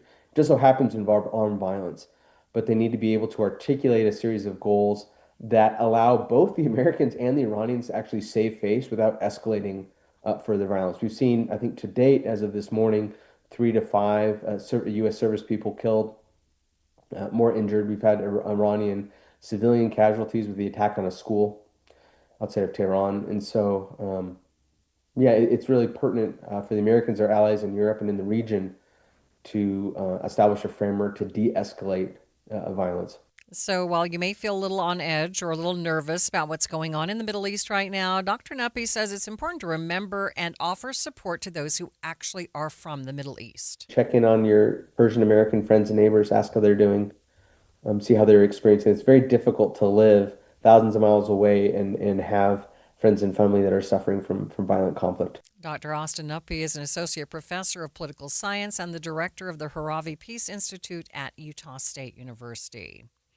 This morning, President Trump addressed the nation and spoke about the ongoing mission in the Middle East. Today, the United States military continues to carry out large-scale combat operations in Iran to eliminate the grave threats posed to America by this terrible terrorist regime. Following our obliteration of Iran's nuclear program in Operation Midnight Hammer a short while ago, we warned Iran not to make any attempt to rebuild at a different location because they were unable to use the ones that we so powerfully blew up. But they ignored those warnings and refused to cease their pursuit of nuclear weapons. In addition, the regime's conventional ballistic missile program was growing rapidly and dramatically, and this posed a very clear, colossal threat to America and our forces stationed overseas. The regime already had missiles capable of hitting Europe and our bases, both local and overseas, and would soon have had missiles capable of reaching our beautiful America. The purpose of this fast-growing missile program was to shield their nuclear weapon development and make it extraordinarily difficult for anyone to stop them from making these highly forbidden by us nuclear weapons. We were the ones that were complaining. We were the ones that wanted it stopped, but everybody was behind us. They just didn't have the courage to say so. An Iranian regime armed with long-range missiles and nuclear weapons would be an intolerable threat to the Middle East, but also to the American people. Our country itself would be under threat, and it was very nearly under threat. The president went on to honor the 4 service members already killed in the conflict. During an announcement over the weekend, the administration said it's possible more soldiers will die due to these attacks. While many in government have praised the killing of Iran's leaders, some have also voiced concern with the way the president went about these strikes. In the next hour of Midday, we'll go in depth on the War Powers Act and how it plays into a situation like this. With everything that's happened over the past few days, how are Utahns with connections to Iran feeling? In just 30 seconds, we'll chat with someone in that situation who is both nervous and excited for the potential changes. Stay with us. Do you have an IRA or 401k? It's natural to think of this as being your money, right? But remember, you still have to pay taxes when you withdraw this money in retirement. And you could be paying a lot more in taxes on these accounts than you know. A lot more. Learn the strategies that can help you reduce or eliminate your taxes in retirement. Don't miss a special edition of Retirement Solutions Radio this Saturday afternoon at 3 o'clock, right here on KSL News Radio 1027. Conflict in the Middle East. We are continuing our special coverage of the attacks happening in Iran and around the region as we speak. With everything that's transpired since late Friday night, how are people with connections to Iran feeling? I spoke with 2 Utahns who are from Iran to get their perspectives. One of those people is Mariam Hosseini. She was born in Iran just after the Iranian Revolution. Obviously, I can only speak from my personal experience, and it was this really peculiar, I kind of call it the twilight zone. It was 3-pronged. There was elation, there was cautious concern and optimism, and third one was this kind of bubbling up of, I'm 47 years old. I was born in Iran right after the revolution. And the third piece was this like bubbling up of all this pent-up years of trauma. Whether it's been living through the war in Iran or having my personal family impacted or imprisoned for political reasons. So I would say those 3 things. It's hard to hold those truths together. I think similar to a lot of people, I agree that war is bad. The human cost is undeniable. But also this sense of relief because people in my country have been trying for decades to basically come to a position of freedom, and it has been unsuccessful and has been met with bloodshed. So it is an unfortunate outcome, but I feel like personally it was like a necessary evil. It's a very strange way to explain it, but that was my reaction. It was packed with a lot of different feelings, big feelings, I would say. But I think instant like relief, and then also just like reliving a lot of trauma that has this regime that brought my family in the last, I've been in the U.S. for 30 plus years. Do you still have family in Iran?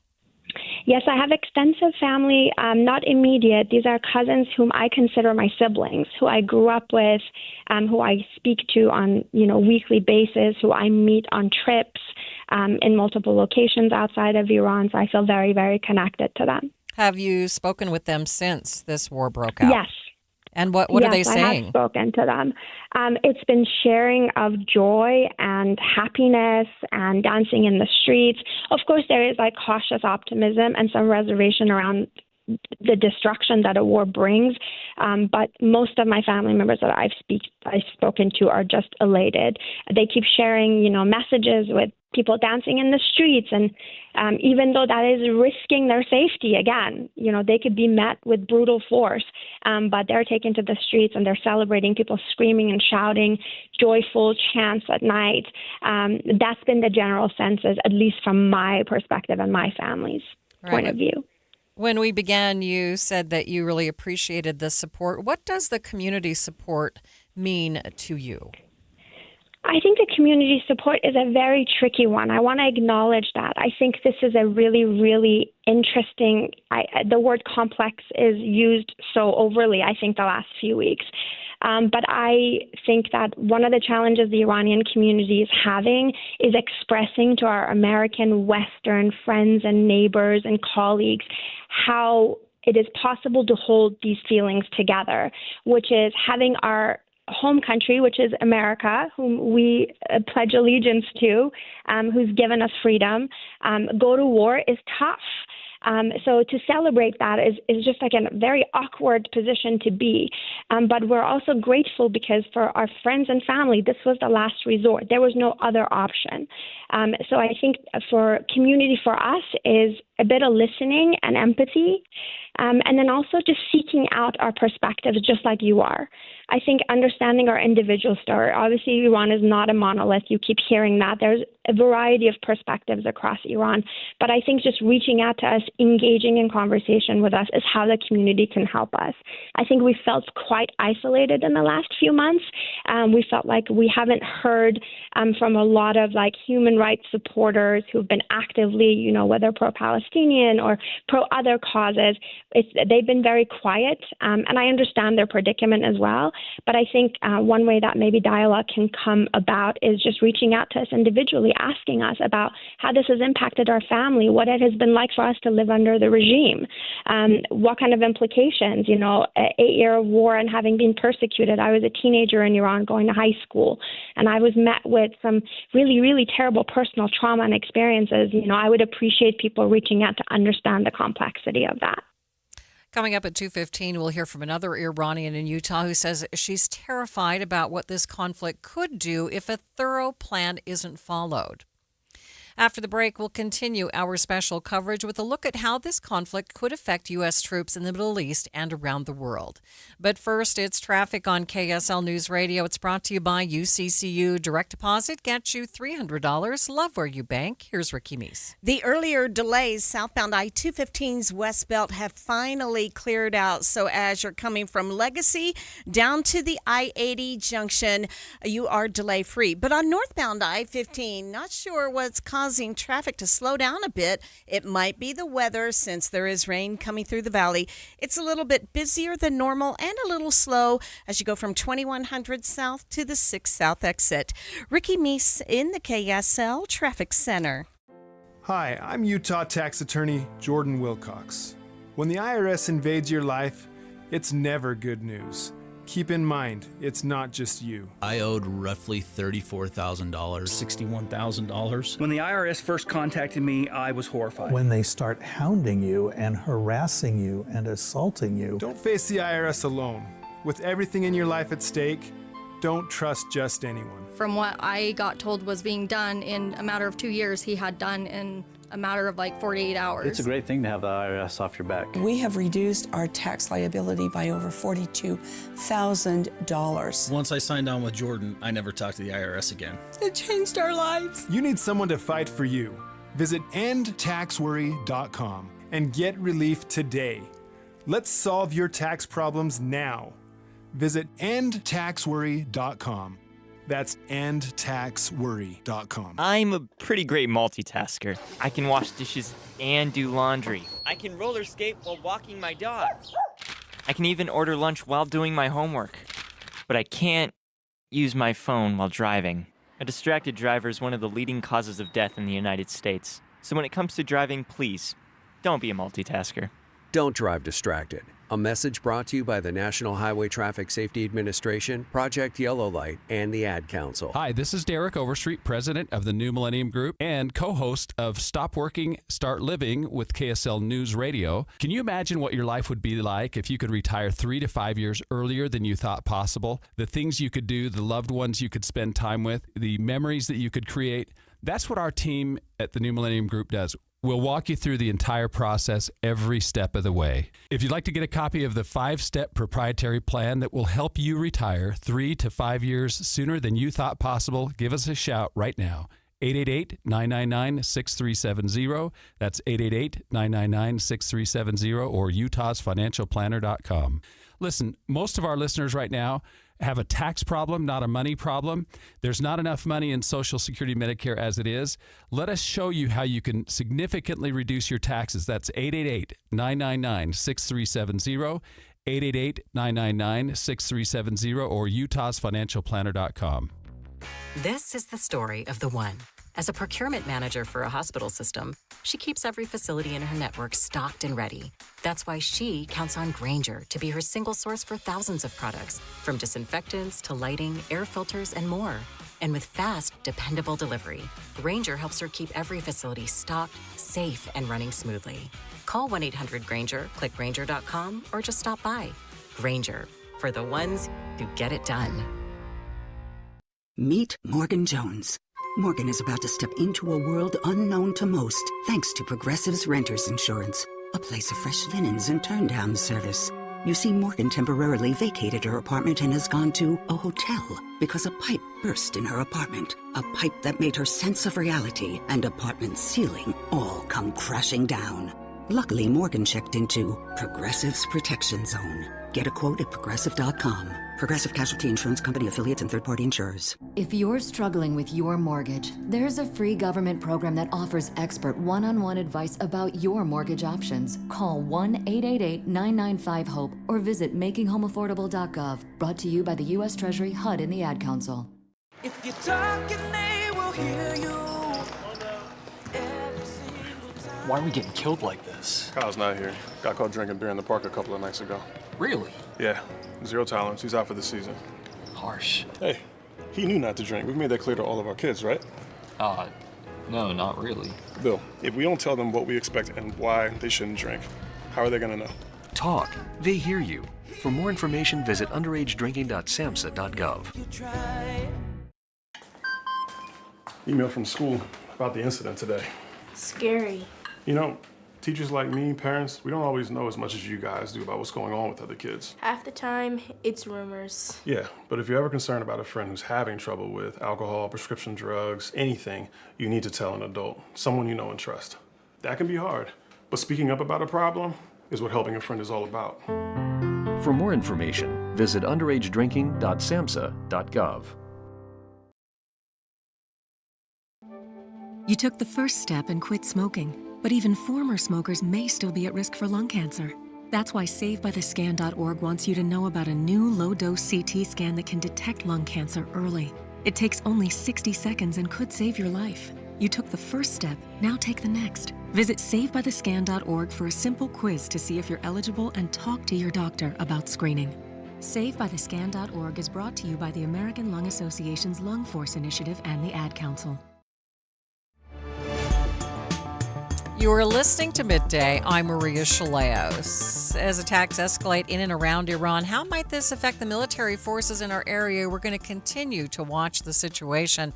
Joining me in the studio is the executive producer, Andy Kuppin. We've been watching things kind of unravel there in Iran today and watching protesters on one side and those who are actually cheering on the other side, and hearing that Iran still is not negotiating with the U.S. and President Trump saying earlier today that we're going to have forces not in the area, but we are going to continue these strikes for a number of weeks. Right. And it's interesting. One of the interviews that we'll have coming up at 2:00 is with another kind of national security expert. And when we spoke with her this morning, when you spoke with her, she mentioned that she wasn't very surprised by what had happened based on the amount of military forces that had been building up in the region for the past several weeks.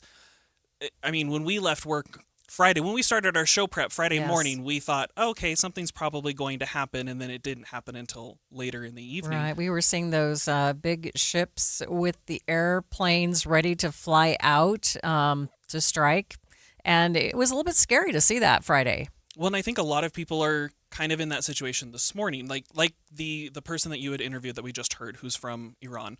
You know, she's happy but nervous at the same time and cautiously optimistic. And I know when we look, for those who are watching our live stream, when we see headlines that say Iran says they will not negotiate with the United States, I mean, they say they are ready for a long, drawn-out war, and that could mean a lot of things for our military forces in the region and around the world as they kind of try to focus on this. Yeah, President Trump saying earlier today that he does not plan to send troops on the ground in Iran, but saying that these things could last, these attacks could go on for several weeks, 4 or 5 weeks, I think is what he said exactly. Right, and even if the commitment now is that there won't be feet on the ground, troops on the ground, you know, it's always a changing situation. It's always dynamic. It's hard to make promises in situations like this. But even if they don't go on the ground in Iran, that doesn't mean that they're not going to be affected elsewhere. I mean, the 4 soldiers who died over the weekend weren't in Iran. They were at military bases in other spots. Exactly, in other areas of the Middle East, and I think that's something you have to watch out for. Well, and what we've heard from the experts today, too, is that there needs to be a clearer plan about what is going to happen moving forward. Otherwise, there is concern that those who are still of the same mind as the regime that was just taken out will just pop up again and nothing will really change. Well, actually, it could be even more violent for those citizens in Iran and really a scary situation for families who are here in the U.S. A lot of questions that unfortunately we, as well as all of the listeners and everyone else in the country, just kind of have to sit and wait. And I don't love patience, so this will be something interesting. And you can be sure that we are certainly keeping a close eye on what is happening in Iran, and we'll continue to bring you the very latest. And we'll have much more perspective, in-depth coverage, conflict in the Middle East coming up in the 2 o'clock hour of midday. I hope you'll stay with us. It's 1:30 midday at KSL News Radio. I'm Maria Shilaos. Some of the stories we were watching this hour: Eye on the Hill, a proposal that would have created a new statewide office to oversee elections, no longer moving forward.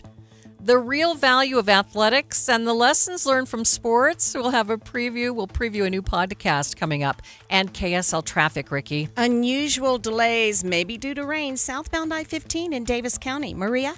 It's 1:30. This is a special report from ABC News. I'm Michelle Franzen. The conflict between the U.S., Israel, and Iran widening across the entire Middle East. The State Department issuing a security alert moments ago, saying out of an abundance of caution, all personnel at the U.S. Embassy compound in Jordan have temporarily departed due to an unnamed threat. CENTCOM confirming the deaths of 4 U.S. service members in Kuwait and say today 18 U.S. service members were also seriously injured in ongoing operations. ABC's Matt Rivers is in Amman, Jordan, with a viewpoint. And what we see up here are missiles flying in the westerly direction headed toward Israel. We've seen interceptors going up and exploding, some of them on their way. We've seen Jordanian fighter jets circling the city here all day long, hearing them, seeing them both. So what we're seeing here in Jordan really is a microcosm of what we're seeing across all those countries. President Trump earlier today says the U.S. operations could last up to 4 or 5 more weeks or even longer. This is ABC News. KSL's top local story. Utah lawmaker wants to allow some Supreme Court decisions to face a veto vote. KSL News Radio's Don Brinkerhoff explains. Representative Matt McPherson says his bill is in response to the Supreme Court ruling that the legislature can't overturn a ballot initiative that was passed by the people during an election. I think the better solution to this always has been and will be an amendment to the Utah Constitution that makes it clear on what legislative authority is and means and power and what the initiative and referendum process means. Representative McPherson says this bill isn't going to make it to a vote before the session ends on Friday, but he's hoping a constitutional amendment dealing with this will be on the ballot in November. Reporting from the Utah State Capitol, Don Brinkerhoff, KSL News Radio. Other local stories KSL is following. Amendments to an existing bill would allow people who have their criminal records dismissed to go through police training. KSL News Radio's Brianna Willis reports. Representative Matt McPherson says he decided to introduce these changes after a resident went through 5 months of interviews, was offered a job in corrections, and then was disqualified from training because he had bought stolen items as a teen. And even though his record was cleared, he still could not go through police training. Proposed changes would allow a person to have training as long as they have never committed a violent or sexual crime, had the records dismissed, and hasn't had any other problems with the law in the last 10 years. Changes would not compel any agency to hire this person. It would only allow for them to be trained. DPS estimates that this affects around 5 to 10 people a year. Taking a look at your money at this moment, the Dow is now turned into negative territory, down 142 points, about 0.25%, sitting at 48,832. S&P down by 10 points. The NASDAQ, though, it's up by 26 points. Traffic and weather, it's brought to you by UCCU. Earn 4.24% on savings at uccu.com. Here's Ricky Meese. I think maybe we've had a gully washer, as some Utahns call it, in Davis County. The rain is definitely permanently, causing reduced speeds, especially southbound I-15 going from the West Davis Highway Junction into Bountiful. And right now I'm looking at a live shot of Parish Lane in Centerville. Traffic congested, slow, and a lot of water on the road, as well as some reduced speeds, so lights and wipers on. The Good Feet store, supporting you with comfort no matter what the day brings. Find the location nearest you at goodfeet.com. Ricky Meese in the KSL Traffic Center. Still an 80% chance of showers across the Wasatch Front through this evening, going down to about a 30% chance tomorrow. Then looks like Wednesday is the dry day with a 60% chance of rain coming back on Thursday. 45 degrees at the KSL Common Spirit Health Studios.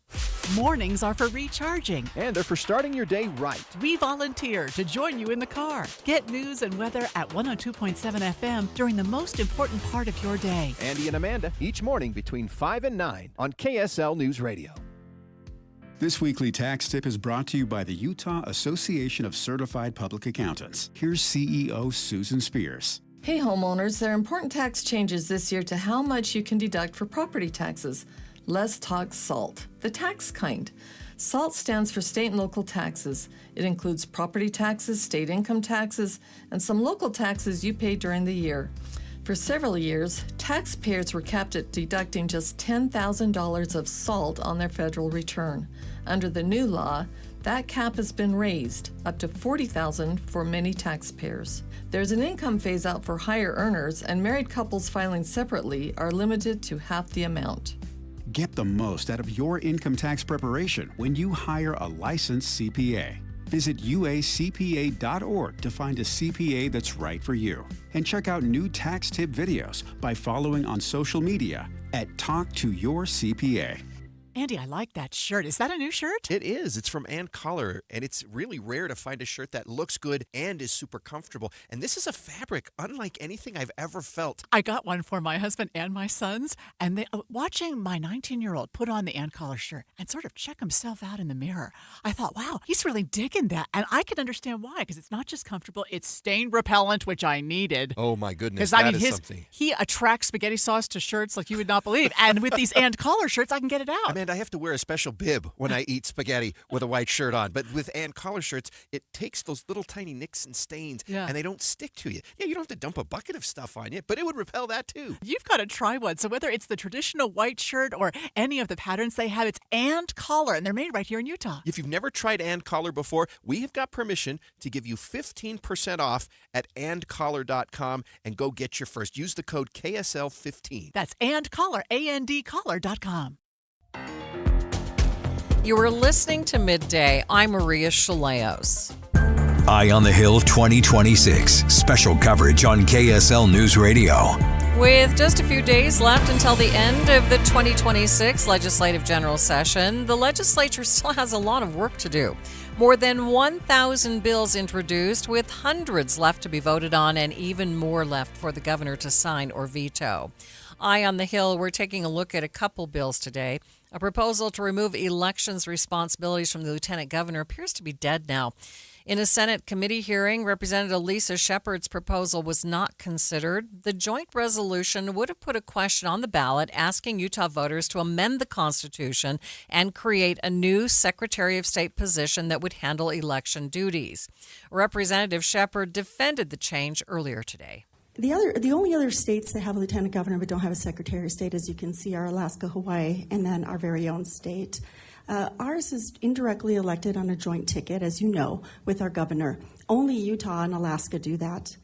I wanted to share with you that it's my belief that an independently elected, directly accountable to the people, Secretary of State would enhance the view of elections and the administration. The reason that is because you have that independence, and we have other constitutional officers, the auditor, the attorney general, and the treasurer. Thank you. I had a friend back here say it for me. And a treasurer.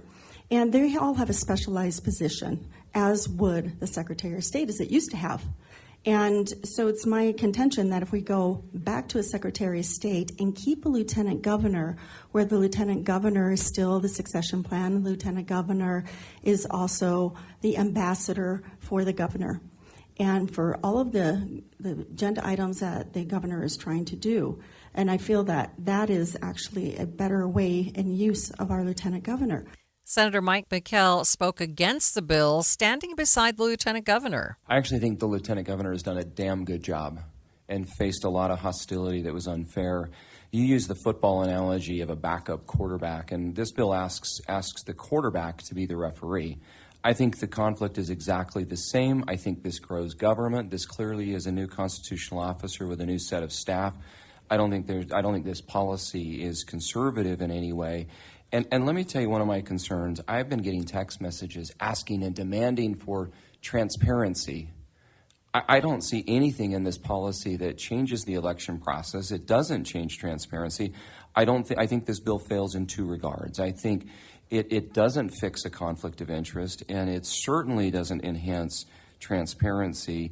And third, this policy grows government. And in the football analogy, we are now creating a new quarterback that will also be the referee. And that doesn't. I just don't see how this solves. If those are the real concerns that we want to fix conflicts of interest, I think this fails. If we want to enhance transparency, I think this policy also fails. And for that, I've been pretty open about it, but I'm not going to support this policy. Interestingly enough, members of the public who spoke about this bill were largely in support of the proposal to create the new office. But in the end, legislators voted to hold the bill on a vote of 6-1. Midday continues in just 30 seconds. Business technology has changed a lot over the last 70 years. But one thing hasn't. Les Olson is here. As the years have passed, there's been one constant. And after 70 years and still counting, Les Olson IT is here with the technology and the people to make life easier, more productive, and more secure for your business. Let Les be here for you. Sports are more than just games, and competition is a classroom for the human experience. In a new KSL podcast just released today, hosts David James and Amy Donaldson discuss the real value of athletics and the lessons players learn from playing in sports. The podcast is called Coaches Book Club, and it asks coaches and athletes to share how their favorite books educated, inspired, or changed them. We're going to talk with the executive producer and host, Amy Donaldson, in just a few minutes. But first, I got a chance to sit down with the coach featured in this first episode of the new Coaches Book Club podcast, Chris Fote, the head coach of the U.S. bobsled team, and I asked him to tell me about his unlikely path to Olympic glory. Yeah, so I was running track at Utah Valley University, and I got recruited at a track meet to go try out for the team. And so I did. I flew out to Lake Placid, did a combine event, and I really didn't think I could do it because I was in Army's ROTC program at the time, and so this will be my job. This was 2008. So this was when the wars were happening in Iraq and Afghanistan, and I found out about a program called the Army's World Class Athlete Program that would allow me to do both. So I've been able to serve in the Army and also compete at the Olympic Games too. Okay, so not just an athlete, also a coach. So tell us how that came about. Yeah, so I retired as an athlete. Father time is undefeated and comes for all of us. But I still wanted to be a part of the sport because I loved our team and I love what we've accomplished in our sport. And so I got the call in 2023 to apply for the coaching position, got hired as the assistant coach, and then after a year got promoted to the head coach. Okay, we have to ask, since we just had the Olympics, give us your thoughts on what you saw from the bobsledders. The bobsledders did a phenomenal job, and the Italians just hosting the games did a great job. It got me very excited to host the games here in 8 years. But our women won 3 of the 6 medals. They did amazing, and our women always do. They've won a medal in every Olympic event since women's bobsled became a sport here in Salt Lake City in 2002. Mm-hmm. So we carried on that legacy of excellence that we've had on the women's team since 2002. So what is that like for you to watch as not just an athlete, but as a coach and as a parent to watch these women? So it's almost more stressful being a coach because you're no longer really able to control the outcome of the event. You can, set conditions for those athletes, and it's up to them to compete. And then having that burden and the expectations of winning a medal, because we have it at every games at each event since 2002, definitely a lot of pressure. I try not to pass that on to the athletes as their coach, but again, I'm surrounded by amazing women who are moms, who balance both having jobs, being parents, and being high-level athletes. It's amazing to watch. It is so amazing to watch. They are unreal. And they actually travel with their kids on tour, which is good. A little noisier than it has been in years past, but they do a phenomenal job of trying to balance both, again, being moms and being – they have to exercise and work out and watch film and be at the track, do all those things. When we come back from the track, from being at the track for 4 or 5 hours of sliding, they now have to be a parent. So you said you're pretty excited about our own Olympic Games. What role do you hope to play? So I would obviously like to be coaching or in some administrative role with the 2034 Olympic Committee, because I'm from here in Utah. I was a college student when we hosted the games in 2002.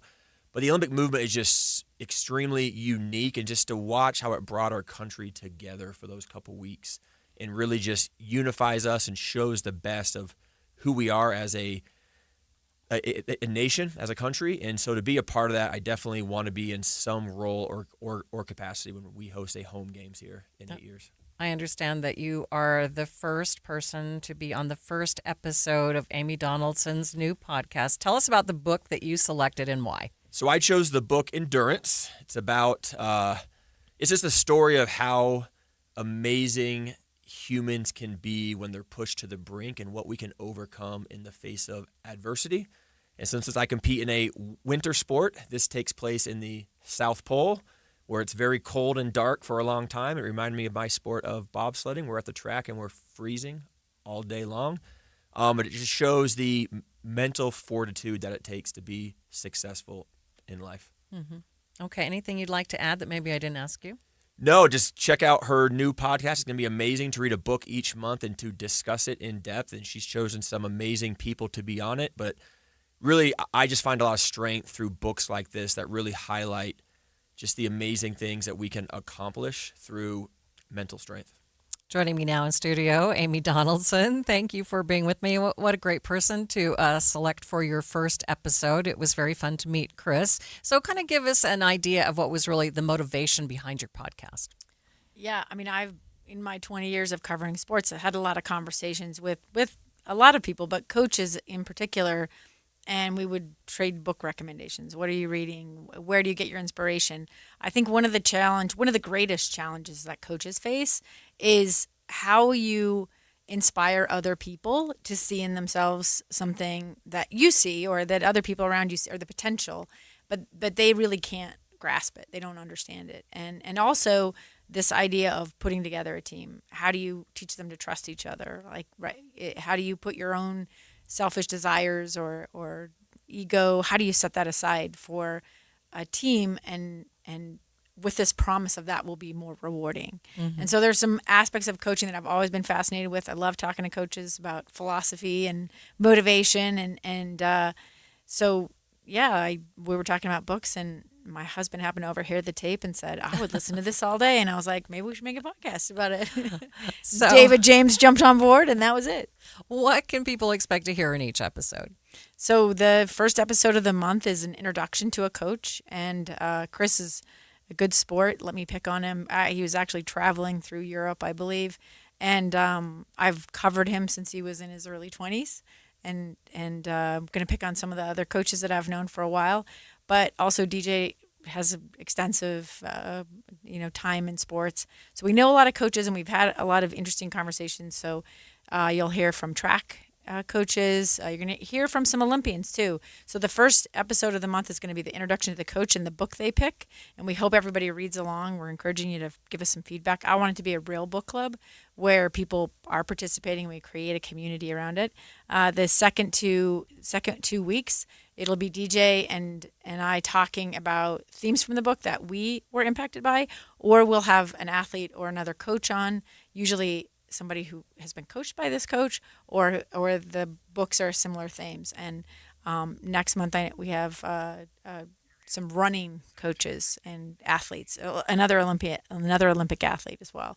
Okay, well, we are very excited to catch all your episodes, and I think it was just really interesting to hear from Chris talk about how this particular episode, this book about mental strength, as fans, we just see the athletic part, right? But there is so much behind the scenes, and it's a mental game as much as a physical game.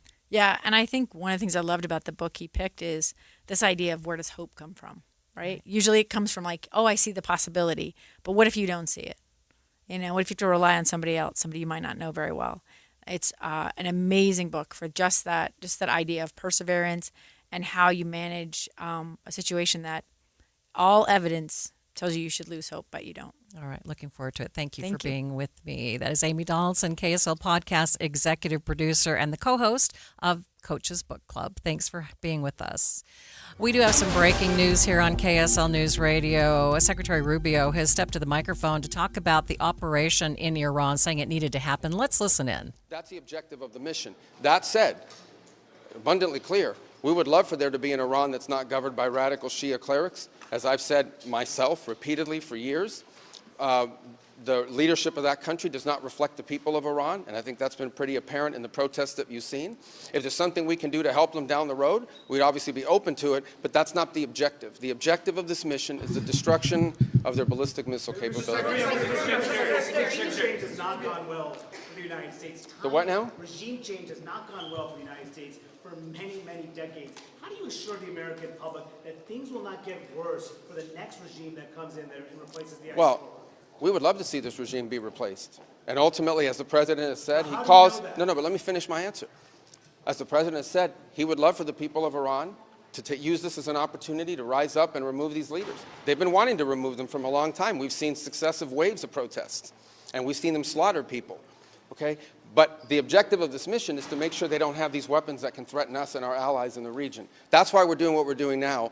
And while we would love to see a new regime, the bottom line is no matter who governs that country a year from now, they're not going to have these ballistic missiles and they're not going to have these drones to threaten us. That's the objective of this mission, is to deny them the ability to use ballistic missiles to threaten their neighbors, to threaten our bases, to threaten our presence in the region, and ultimately as a shield behind which they can do whatever they want with their nuclear weapons ambition. We were not going to let them hide behind that, and that's why this was such a critical mission to undertake now while they were at their weakest point, and not a year from now where they could inflict even more damage and perhaps already be behind that point of immunity.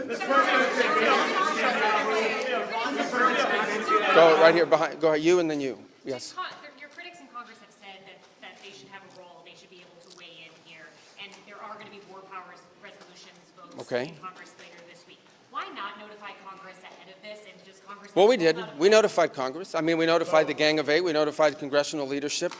There's no law that requires us to do that. The law says we have to notify them 48 hours after beginning hostilities. We've done that. I think the notification went today. But we did notify members of Congress in advance. But we can't notify 535 members of Congress. And, well, the Congress can vote on whatever they want, but there's no law that requires us to do that. And I want to say something, because I see people on TV. Look, that's fine. If they want to take a war powers vote, they can do that. They've done that. They've done that a bunch of times. But there's no, people keep saying that there's no law that requires the president to have done anything with regards to this. To begin with, no presidential administration has ever accepted the War Powers Act as constitutional. Not Republican presidents, not Democratic presidents. That said, we have followed the notification at 48 hours, and we're here today. I've done more Gang of Eight briefings than I got in the 4 years that Biden was president and I was a member of the Gang of Eight. All of that said, we've complied with the law 100%. And we're going to continue to. And that is Secretary of State Rubio talking with reporters today about the operation in Iran. Members of the Jewish community here in Utah and around the world preparing to celebrate Purim tonight. We'll get more on what the holiday actually celebrates coming up next. Love freebies? Then don't miss your chance to win big this week at KSL. Head to KSL.com/win and enter for your shot at tickets to Titanic the Exhibition, featuring recreations of the ship that brought the legendary voyage to life. Plus, win tickets to the Home and Garden Show, where you'll find inspiration for every room, and win a night out at Utah Opera's production of The Elixir of Love, a romantic comedy filled with music you'll be humming all night long. It's fast, it's free, and you could be this week's lucky winner. Don't wait. Visit KSL.com/win now and enter to win. Join KSL News Radio on the movie show this Friday, 10 to 1 at the Mountain America Expo Center for the home show. Tune in for a special movie show listener offer from Advanced Window Products and save on new windows. Jackson Hewitt knows taxes are complicated, and with multiple jobs and tax forms, they're like Sonata complicated. Our no surprise pricing keeps things simple. Jackson Hewitt does your taxes for only $149 or less. And since we know all the new tax codes, you could get thousands back. So what are you waiting for? Hurry. File with Jackson Hewitt today for only $149 or less, guaranteed. Limited time offer for new clients on federal returns. Participating locations only. Terms at jacksonhewitt.com/149. Welcome to guided meditation. Close your eyes. You're at the beach. The seagulls are calling. You take out your iPhone 16e you got from Cricket and use Apple Intelligence to clean up that selfie you just took. It's a good one. You send it to your friends instantly thanks to reliable nationwide 5G. They're totally jealous. Get iPhone 16e for $49.99 when you switch. Smile, you're on Cricket. Requires new line on the Supreme Unlimited plan. First service charge and tax due at sale. $25 activation fee. Terms and restrictions apply. Cricket 5G is not available everywhere. See store for details. Ready for your next vehicle? At Performance Automotive in Bountiful, your new Ford, Toyota, or Honda is here. Built for Utah communities, canyon weekends, and everything in between. Choose capability with Ford, long-lasting reliability with Toyota, or smooth efficiency with Honda. Backed by friendly experts and financing options that fit your budget. Visit Performance Ford, Performance Toyota, and Performance Honda for your test drive. Browse inventory, check pricing, and schedule your visit at performancebountiful.com. Performance Automotive in Bountiful, driven to be the best. This is Midday. I'm Maria Shilaos. The story of Esther from the scriptures. It's the basis of a massive celebration in the Jewish world starting tonight. It's called Purim, and it comes at a rather interesting time given what's happening in Israel and Iran as we speak. Joining me in studio now is Rabbi Moshe Nigri with Shabbat Lubavitch of Utah. Rabbi, thank you so much for being with us. And am I pronouncing that correctly? Is it Purim? Purim. Purim. I'm doing it incorrectly, so thank you for correcting me there. I appreciate you coming in. So let's begin with the story of Esther and how it parallels with what's happening right now in the Middle East. So first of all, thank for having me over here and giving the message of Purim to everyone. Purim is it's a holiday that happened 2,400 years ago, but we can still learn a lot of lessons to our day-to-day life. Which right now, if you think about it, Purim happened in Persia, which is Iran. Actually, what's going on right now in Israel, and in those days, the story goes that there was a king that his name was Achashverosh in Hebrew. Mm-hmm. And he did not like so much the Jewish people, and he and one of the ministers of his kingdom, his name was Haman, they made a decree against the Jewish people to annihilate, to take away, to kill all the Jewish people in the whole world, because in those days Achashverosh was the king of the biggest kingdom in almost the history for many, many, many countries. So the Jewish people, they saw a dilemma in their eyes. Why? Because the queen of Persia was Jewish. Her name was Esther. Esther was the queen of Persia, and her husband, which he did not know that Esther was Jewish, made and signed this decree to kill all the Jewish people. And Mordechai, which was the chief rabbi, the leader of the Jewish people in those days, was also a minister in the kingdom of Achashverosh. So it's a very, very interesting two sides that we see in the story of Purim. In one side, in nature, they were very well connected to the government, to the kingdom. The Achashverosh, a wife is Jewish, a minister is Jewish, and all the Jewish people were very well, connected to the government and to the high-end people in those days. Mm-hmm. But at the same time, people wanted to, the kingdom itself wanted to kill the Jewish people for no apparent reason, just for because we're Jewish, which happens all the time. So in the end of the story, we get saved. The salvation comes from God.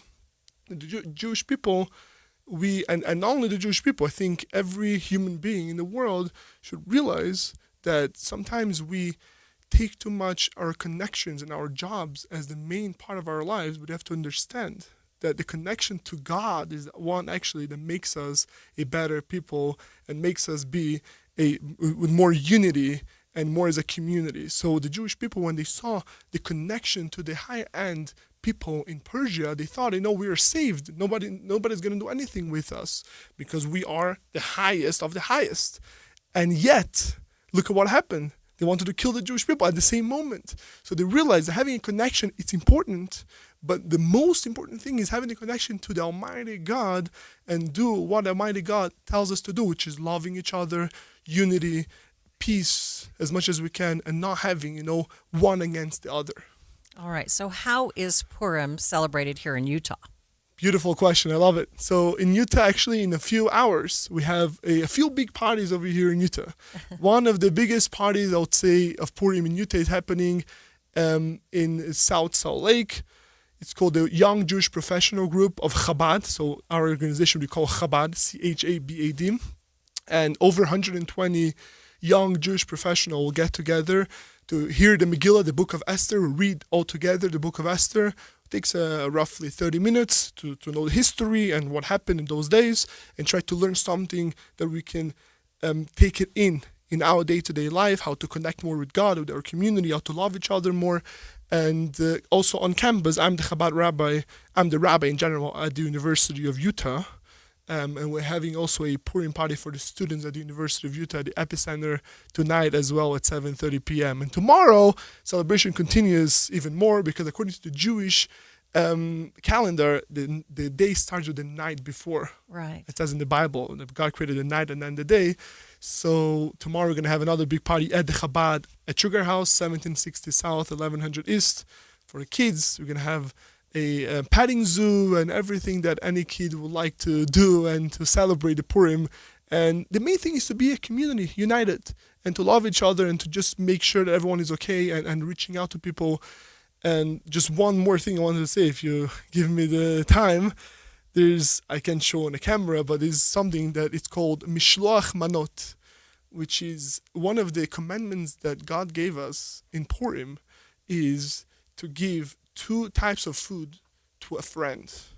So go with a friend that you haven't, talked in a while, and maybe he or she is not feeling so good, is a little bit lonely. Go and give a gift to that person. Lift their spirit. Make sure that they know that we're here for them, and we're here to make sure that everyone is happy and accomplished in their lives. Rabbi, thank you so much for being with me. I wish we had more time. Thank you very much. People can see more tonight on Channel 5. 100%. Thank you. Happy Purim. KSL FM Midvale, KSL Salt Lake City.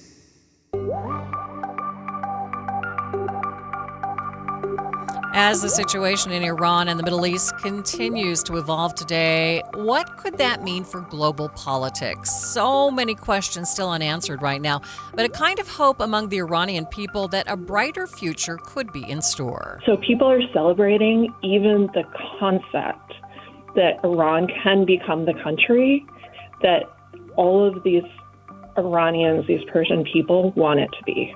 The time is 2 o'clock on Monday, March 2nd. It's midday. I'm Maria Shilaos. Coming up, conflict in the Middle East. Our special coverage continues with a look at how these attacks could affect our allies and the congressional response to President Trump's actions. Also this hour, a rare move, the Utah legislature considering a censure against a judge from southern Utah for comments he made in a sentencing last year. I did defense work. I've seen worse. The statements made here in a courtroom from a judge were obviously not appropriate. We'll go in depth on this coming up at 2:30. But first, our top stories. Following the strikes in Iran that killed the country's supreme leader, a series of retaliatory strikes from the country have hit several U.S. bases in the Middle East. So far, strikes have killed 4 U.S. servicemen overseas. There have not been any attacks on U.S. soil. A national security expert says Utahns will likely be safe from physical attacks, but he says we still need to be vigilant for any other kind of retaliation.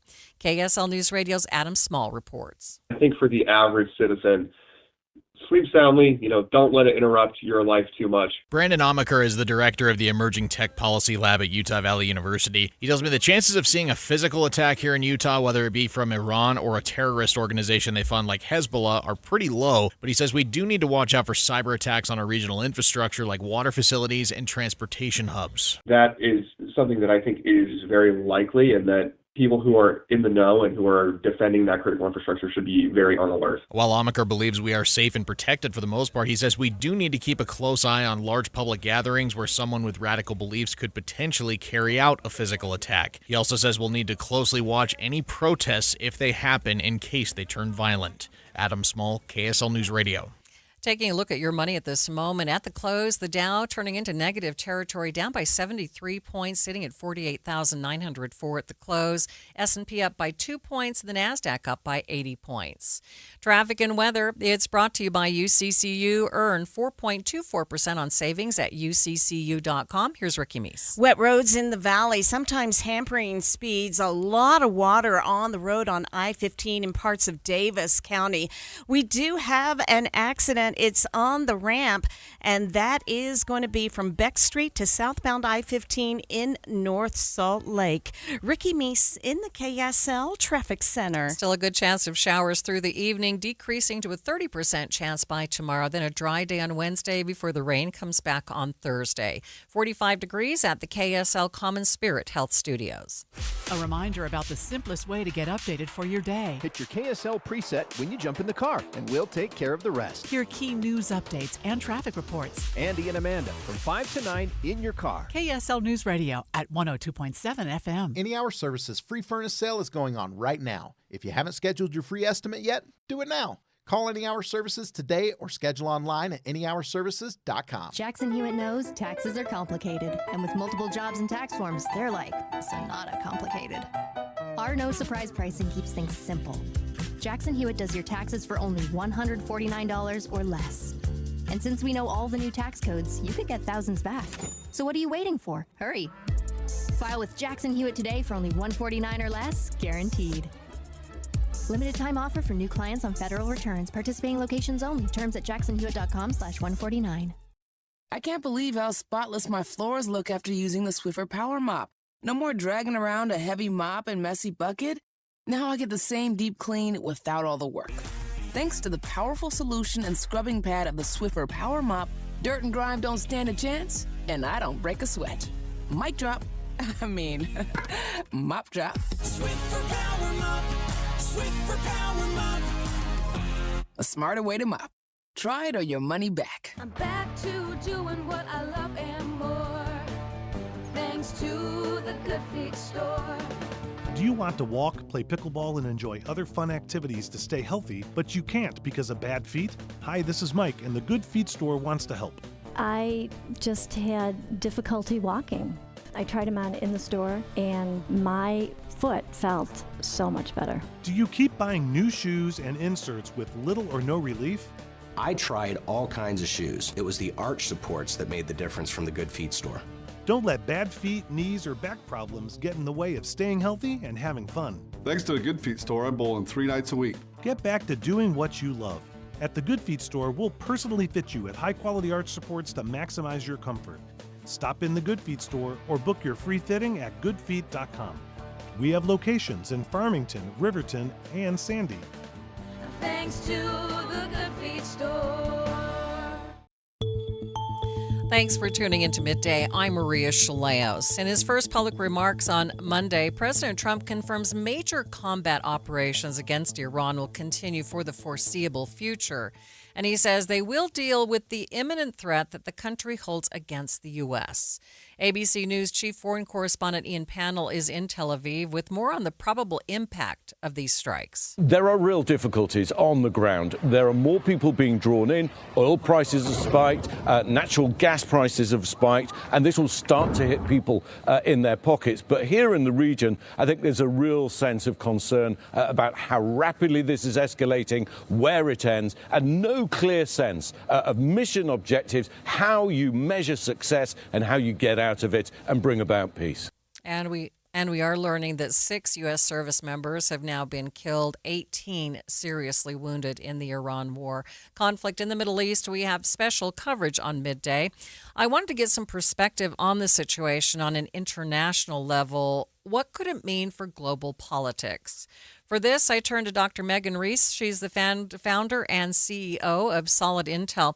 She says she wasn't surprised by the attacks over the weekend, given how many the forces the U.S. already had moved to the region. The initial attacks and strikes were pretty fantastic and extraordinary to watch. They truly were a massive symbol of American military strength and might, and that the military buildup that we have been seeing over the last couple of years, coupled with some of the developments of things like the F-35, are likely showing their fruits right now.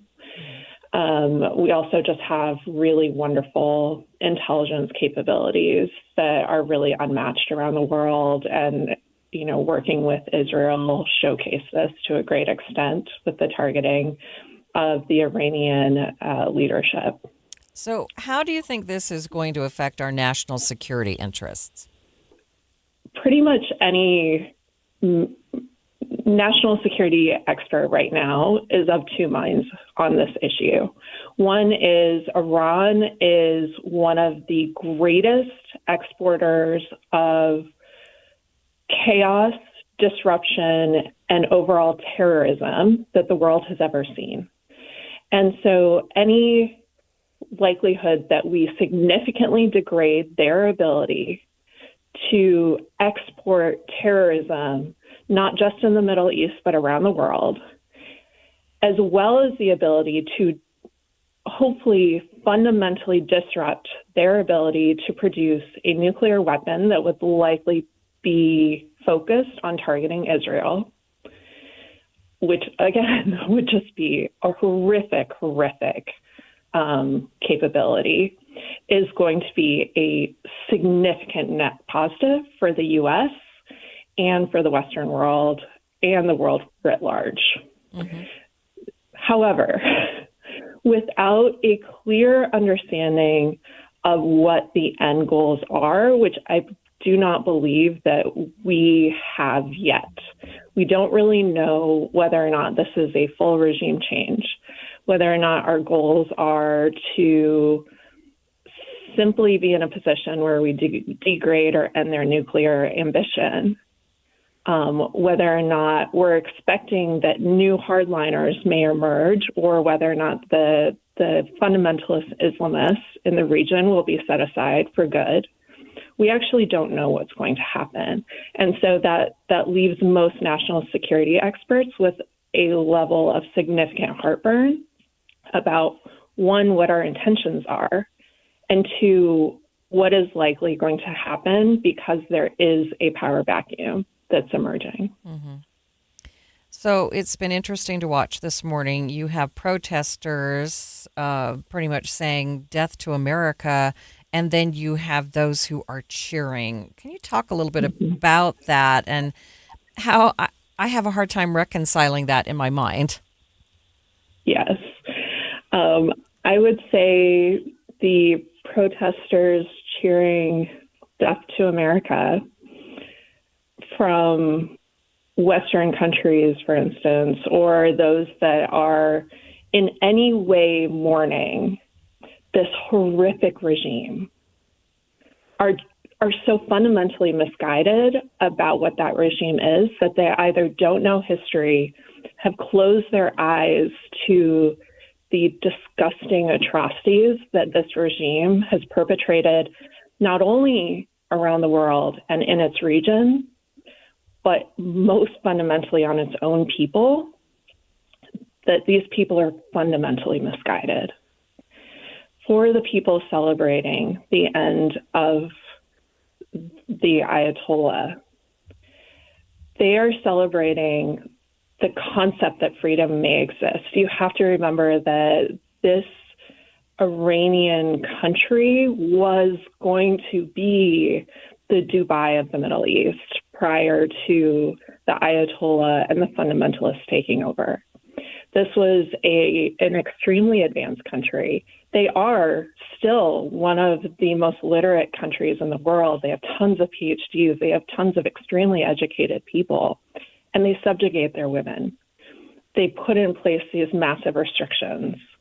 They murdered, upwards of 30,000 protesters just in January alone. So people are celebrating even the concept that Iran can become the country that all of these Iranians, these Persian people, want it to be. Dr. Rees tells me Iran doesn't have super strong allies, but if it did, it would be countries like Russia or China. She says most of the outside support for the Iranian authoritarian regime come from terrorist groups who receive funding from Iran, like Hezbollah and Hamas. But she warns that just because they're not big countries, their threats should be taken seriously. Another thing people have been talking about is Israel's role in this conflict and how countries who had voiced a lot of frustration with Israel over Gaza now say they'll support the country. And I asked Dr. Rees, is this a case of the enemy of my enemy is my friend? I would not say that it's totally the enemy of my enemy is my friend. Countries believe that they have legitimate reasons to be unhappy with the way that Israel conducted some of its operations in Gaza. I would not say that I'm highly critical, but there's, every country operating in a conflict zone, there are things they probably could have done differently, right? And we want to protect human life. That's a fundamental core assumption of the law of armed conflict and Western values when it comes to operating military operations. But when it comes down to it, there's still some very strong beliefs in the region that Hamas and Hezbollah were massive destabilizing forces, and Israel has been the tip of the spear in fighting back against those. So even as you may see, because of some populations, some of these countries will have Palestinian populations that would be angry at the governments for being more openly supportive of Israel. In fact, behind the scenes, you see a lot more support and cooperation for what Israel is trying to do to degrade these terrorist regimes and terrorist proxies in the region. All right. Anything that we should add that I haven't asked you? Iran's indiscriminate targeting of countries that were not likely to be particularly forward in supporting these operations is a really, really fundamental mistake on their part. So you're already seeing that they've targeted not just Middle Eastern countries, but you're even seeing Iranian drones landing in Cyprus at a UK military facility, for instance. Iran may be, through intent or not, drawing countries in to support operations against Iran. And it is a massively absurd miscalculation on their part to draw more and more countries into this against what they're trying to do. Dr. Rees is the founder and CEO of Solid Intel, a non-resident senior fellow at the Scowcroft Center for Strategy and Security. Stay with us. We'll be back with more special coverage in just 60 seconds. This is Jeff Stout with Fink and McGregor, Mortgages Made Simple. Let's talk conventional versus FHA loans. Both offer cash-out refinances up to 80% loan-to-value or LTV, so which is best for you? It's kind of like Uber and Lyft. I always compare the two before booking a ride. Conventional loans don't have mortgage insurance under 80% LTV. However, the rates and costs get higher with lower credit scores, cash out, and high LTVs. FHA loans always have mortgage insurance, but the rates are lower, they don't penalize you for cash out and high LTV loans, and they allow for higher debt-to-income ratios. FHA often results in lower payment even with mortgage insurance. We can analyze your situation within minutes. Call us today. Fink and McGregor, Mortgages Made Simple, 801-264-9494. That's 264-9494. Or on the web at finkmcgregor.com. NMLS 289115. Conflict in the Middle East, our special coverage continues. With everything that's happening right now in that part of the world, I wanted to get the perspective of people from that region, how they are feeling about the escalating conflict. I spoke with a Utahn who has ties back to Iran to get her takes on the death of Iran's leaders and the potential future for the country. Ellie Ryham says that she's worried about the future in Iran, saying she's nervous that someone worse will come in and fill the power void now in place. We need to have a plan after what is happening right now is happening, and that plan needs to include how are we going to have a resistance inside of Iran with the millions of people. There's a 92 million last check population of Iran. But I am certain that at least 50% of those are still ideologues who support the Islamic Republic. So how are we going to deal with that 45 million people? Because that same population is the population that crushed protesters and killed upwards of 40,000 men, women, and children. So what is the plan after this bombing? Because right now we've pulled in pretty much all the peripheral, right? All of the peripheral countries have been pulled in. We've got people in Lebanon protesting against America. So we haven't had a discussion or a sit down about what happens once we've bombed critical infrastructure that may be useful, or the upper echelons of the Islamic Republic. Great, Khamenei is dead, but guess what? There's someone in there within 2 days, and then there's another layer to that, and another layer to that. So what is the plan for after this, and what's the plan for having support inside of Iran? Because like I said, outside of boots on the ground, I can't see how we potentially deal with 30, 40 million people who are still pro the Islamic Republic.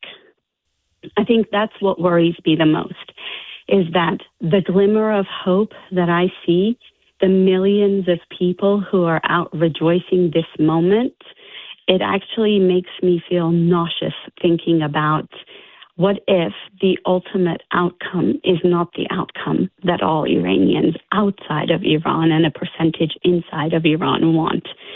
The death of Khamenei is just the first step. What comes after is what is going to be crucial in whether we're going to have a stable Iran and then in turn a stable world and Middle East. And what comes after hasn't got an outline or a plan in place. And so it actually physically hurts me to watch people in LA on 1st of March celebrating, because I'm not sure if that same population isn't going to be in tears and devastated weeks from now. Ellie Ryham is a member of Iranians in Utah. We spoke with someone last hour who had a different take on the situation. You can hear her conversation on our podcast. Just go to kslpodcast.com and search for Midday with Maria Shilaos. Conflict in the Middle East. We'll discuss the War Powers Act and its role in this whole thing next. But first, it's traffic on KSL News Radio. It's brought to you by UCCU. Direct deposit gets you $300. Love where you bank. Ricky? A lot of wet roads out there, and definitely they have taken a toll on some of our roadways. We have a crash eastbound I-80 near Bangerter Highway. Those vehicles are over to the left shoulder. A new accident northbound I-15 near 90th South in Sandy. Step into a world where music moves you. Experience Utah Symphony Masterworks live at Bravenel Hall. From the romance of Rachmaninoff to the power of Carmina Burana. Tickets at utahsymphony.org. Ricky Meese in the KSL Traffic Center. Tim Jr. here from RGS Exteriors. Did you know that we offer 3 distinct styles of gutter protection? Each one meant to handle a specific leaf problem. You might not even know there are different styles of gutter protection, but there are. And if you pick the wrong one, it could be a huge waste of money. Now, the big gutter guard companies won't tell you this. They try to sell you a one-size-fits-all gutter guard. And it could be completely wrong for the amount and types of trees and leaves you have. Not RGS Exteriors. We understand which kind of leaf problem needs which kind of gutter guard. We'll do an in-depth evaluation to assess the types, locations, and numbers of trees in your yard. Based on that data, we match your home to the right gutter guard. So don't risk wasting money on the wrong gutter protection. For a free evaluation and estimate, call RGS Exteriors at 801-280-3110 or visit rgsexteriors.com. That's 801-280-3110 or rgsexteriors.com. At Uline, they know firsthand the road to success is an uphill climb. Uline started in the family basement, and through hard work is now North America's most trusted shipping and industrial supplier. They get what it means to have the support of reliable, hard-working partners. So they keep 41,000 items ready to ship. Whether your company is still in a basement office or expanding cross-country, Uline will be there on your road to success. Visit uline.com. An emergency can happen any second. Here's a few seconds to think about where you'd go. When you need medical care fast, the closest emergency room is a smart thing to know. Common Spirit Health ERs are your direct path between feeling scared or uncomfortable and feeling better. Find emergency care in your neighborhood at mountain.commonspirit.org. My friend Joey means well. Always remember that the early bird gathers no moss. But he gets a little confused. You know, you can't make a silk purse out of a wooden nickel. Like Joey, many of us can be confused when it comes time to plan for retirement. When to take Social Security, how to use that 401k, what about the stock market, taxes, and Medicare? Todd Kim at Galileo Wealth Management can help to simplify retirement planning.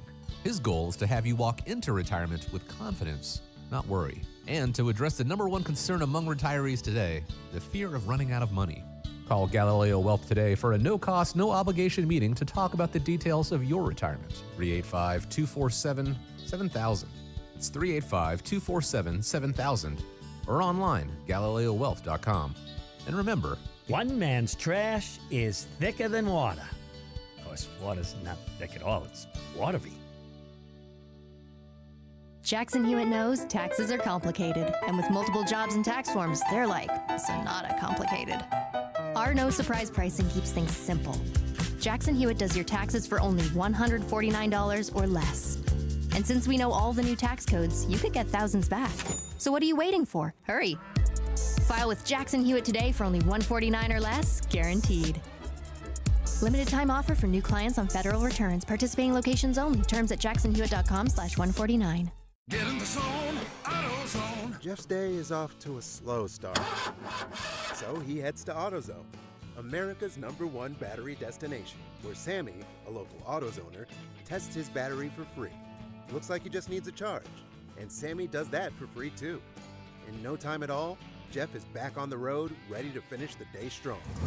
Free battery testing and charging at every store. No hassles, just help. Get in the zone, AutoZone. Restrictions apply. You were listening to Midday. I'm Maria Shilaos. Conflict in the Middle East. We're continuing a deep dive into the ongoing attacks currently underway in and around Iran. Many members of Congress here in the U.S. concerned about the way these attacks began over the weekend. While most are in favor of this regime change, many are worried about the precedent this sets, since the president did not ask Congress for permission before the attack.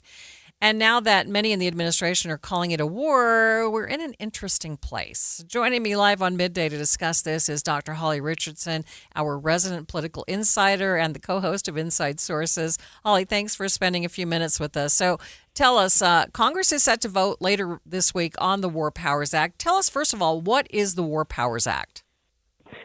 Well, first of all, we have to go back quite a ways. And in the United States Constitution, it says that Congress has the power to declare war and that the president is the commander in the Navy, and he could actually approve or veto a declaration of war from Congress. But in the 1970s, and this was a check on President Nixon, there was a War Powers Resolution that was passed. And basically what that said is the president has to report to Congress within 48 hours if he decides that there is imminent danger, and then Congress will then vote and decide whether that action, that military action, can continue. So I think that's probably where we're at, is that there are some people saying that's why President Trump did it over the weekend. He felt like there was immediate danger. There are lawmakers saying there was no immediate danger. But the thing is you have to be able to have legislation passed by a veto-proof majority if you want it to hold. And I think that's where we're going to get into a sticking point. So was kind of the problem just the fact that he was calling it a war? Yeah, and you can call it a war, I guess, in the media without it actually technically being a war. I mean, we often say the Vietnam War, but it was never technically called a war. It was the conflict in Vietnam. So yeah, I mean, I think part of it is because he said, well, this is a war. But the reality is the president has some ability to do these first strikes, especially if he feels like there's imminent danger. That's within his purview. And then Congress is supposed to be notified, and then they're supposed to either give permission or not. But the issue is, since 1973, when that war powers resolution passed, every single president since then has said, well, this unnecessarily restricts me. And no Congress has ever been able to hold a president to account in a way of saying, okay, we're going to stop the hostilities now. So do you think Congress would vote against the moves that the president is making? You mentioned they probably don't have enough votes to actually do that, but do you think they would? Yeah, I mean, I think there's enough there that you're going to have a lively conversation, but I don't think we're anywhere near 2/3, right? So there are some Democrats, like we know John Fetterman has already said he will not be voting for this War Powers Act that they're going to talk about in Congress this week. He will not support it. There are a couple of saying that the president needs to be more restricted. There are a couple of Republicans, Thomas Massey, of course, is one of them, who is saying, absolutely, we need to vote for this. So I think you're seeing, you definitely don't have straight party line, but pretty close to party line. Okay, so was there a declaration of war in Afghanistan and Iraq after 9/11? Nope. There was for the 9/11. And there was some justification to say, look, we can expand it and stay here longer because we're going after Al Qaeda. But we saw just after the American forces captured Venezuelan President Nicolas Maduro, the House defeated a resolution that would have restricted President Trump's ability to send troops in. So really, we have just had this, hey, Congress is supposed to give approval. Yeah. And so. All right. Thanks for clarifying. It hasn't really gone. Holly. Yeah. Thanks for clarifying. And that is Dr. Holly Richardson, co-host of Inside Sources, joining me to talk about the War Powers Act. It's 2:30 midday at KSL News Radio. I'm Maria Shilaos. Some of the stories we are watching this hour: state lawmakers looking to issue a rather rare censure of a Utah judge. A proposal to create a new statewide office to oversee elections no longer moving forward. And KSL traffic, Ricky. Another crash could be due to the weather southbound I-15 by Willard. Maria? Time now for KSL's top local story. A Utah lawmaker thinks voters should be allowed to overturn some state Supreme Court decisions. KSL News Radio's Don Brinkerhoff reports. That's what a bill proposed by Representative Matt McPherson would do. It comes after the state Supreme Court said the legislature can't overturn laws created through the initiative process. This bill would essentially have made it so that if any legislation was passed either by the legislature or by the people directly through an initiative, the Supreme Court would find that language in that bill to be somehow unconstitutional, then it would go back to the people via referendum, and they could overturn the Supreme Court's decision. McPherson says this bill will not be voted on during this legislative session, but he will consider bringing it back during an interim session unless a constitutional amendment doing something similar is on the ballot for November. Reporting from the Utah State Capitol, Don Brinkerhoff, KSL News Radio. Other local stories KSL is following. BYU has been knocked from the AP Top 25 poll for the first time this season. The Cougars fell from number 19 following the loss to West Virginia and the University of Central Florida. BYU plays Cincinnati tomorrow. The pregame begins at 6. And your money at this moment, the Dow ending the day down by 73 points, sitting at 48,904. S&P was up by 2 points. The NASDAQ up by 80 points. Traffic and weather, it's brought to you by UCCU. Earn 4.24% on savings at uccu.com. Ricky? It's pretty rough out there. The rain has made a mess of things, and the drive has been affected. Even our own Tim Hughes reporting an accident he saw on his way in where the vehicle is off the road in the woods, in the weeds, in between the ramp at 2100 South and southbound I-15. In Box Elder County, we have a crash on southbound I-15. This is not far from Willard Bay. It's mostly over to the right, and an accident reported here in Salt Lake County.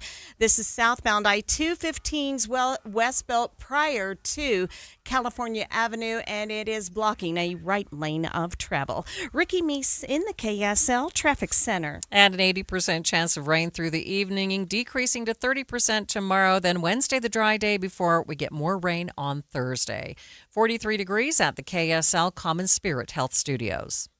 The sources where we get our news matters. When you listen to Utah's Morning News, we want you to feel the stories are important to you and trustworthy. This is Amanda Dixon. And I'm Andy Farnsworth. Join us weekday mornings on KSL News Radio. I have some good news for you today. Pay attention, pull over, whatever. American Home Loans has lowered their mortgage rates to only 5.5% on 30-year loans and 4 3/4 for 15 years. Yes, 5.5% fixed. But wait, what if rates go down again? No problem. Once you're a customer with American Home Loans, you don't have to worry about paying closing costs every time you refinance. That's right. Every time rates drop by 0.25% or more, they'll refinance you at no cost to you. Zero, zilch, nada. For details, call 801-262-2221. 262-2221. So now you can purchase a home or refinance at only 5.5% on 30 years and 4 3/4 on 15 years. And then if rates drop later, you can refinance at no cost to you. Call American Home Loans at 801-262-2221, 262-2221, or go to AmericanHomeLoans.com. AmericanHomeLoans.com. NMLS 245422, APR 5.8, 30-year and 5% 15-year. Terms and conditions apply. This is a special alert to all Americans who own a vehicle with less than 200,000 miles with an auto warranty about to expire or with no warranty coverage at all. Due to a decline in the economy, CarShield is announcing a low-cost month-to-month vehicle protection plan that is now available to the public to save any driver out-of-pocket expenses on future auto repairs. Call now to find out how you can pay almost nothing for covered auto repairs. Yes, you heard that correctly. Pay almost nothing for covered auto repairs. An open phone line has been established for all drivers to call for a free quick quote. Call 800-292-4541 now. Drivers who are covered will not have to pay for covered repairs again. This protection plan is at an all-time low. Additionally, drivers who activate this vehicle protection today will also receive free roadside assistance, free towing, and car rental options at no additional cost. Call us for your free quick quote today. 800-292-4541. That's 800-292-4541. What do you have to lose? Call 800-292-4541. Again, 800-292-4541.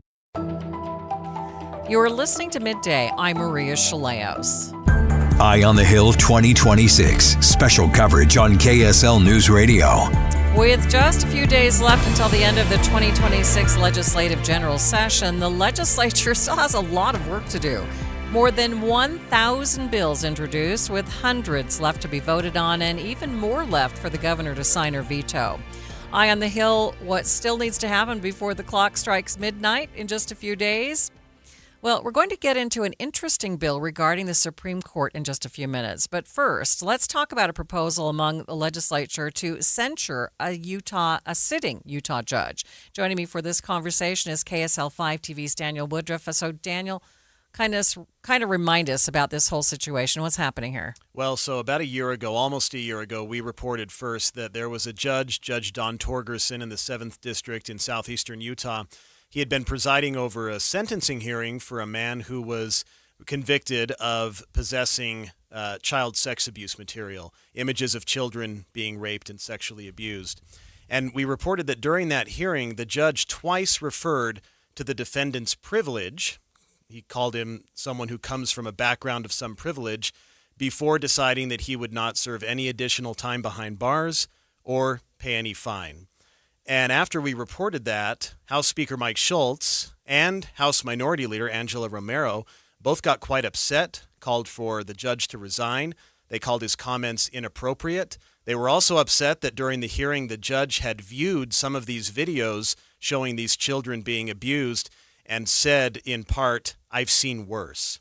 Now, he noted during that same time that he didn't mean to minimize the impact of what he was seeing, but all of that combined made certain lawmakers on the Hill really upset, feeling that this judge treated this defendant lightly because of his background socioeconomically, as well as minimized the importance of dealing with child sex abuse material, called for his resignation. He didn't step down. Now, Maria, we are seeing them move forward with an effort to censure Judge Torgerson. So what exactly does that mean? What impact does that have? It officially says they're upset with him. That's really the impact. It doesn't remove him from the bench. It doesn't mean he has to step down. What it does is it expresses the will of the Utah House of Representatives that they didn't like what he said. You can read the resolution online. We posted it at ksl.com. But they didn't like what he said. They didn't like the inferences he made, and they feel that it brought his office into disrepute. That's what the resolution says.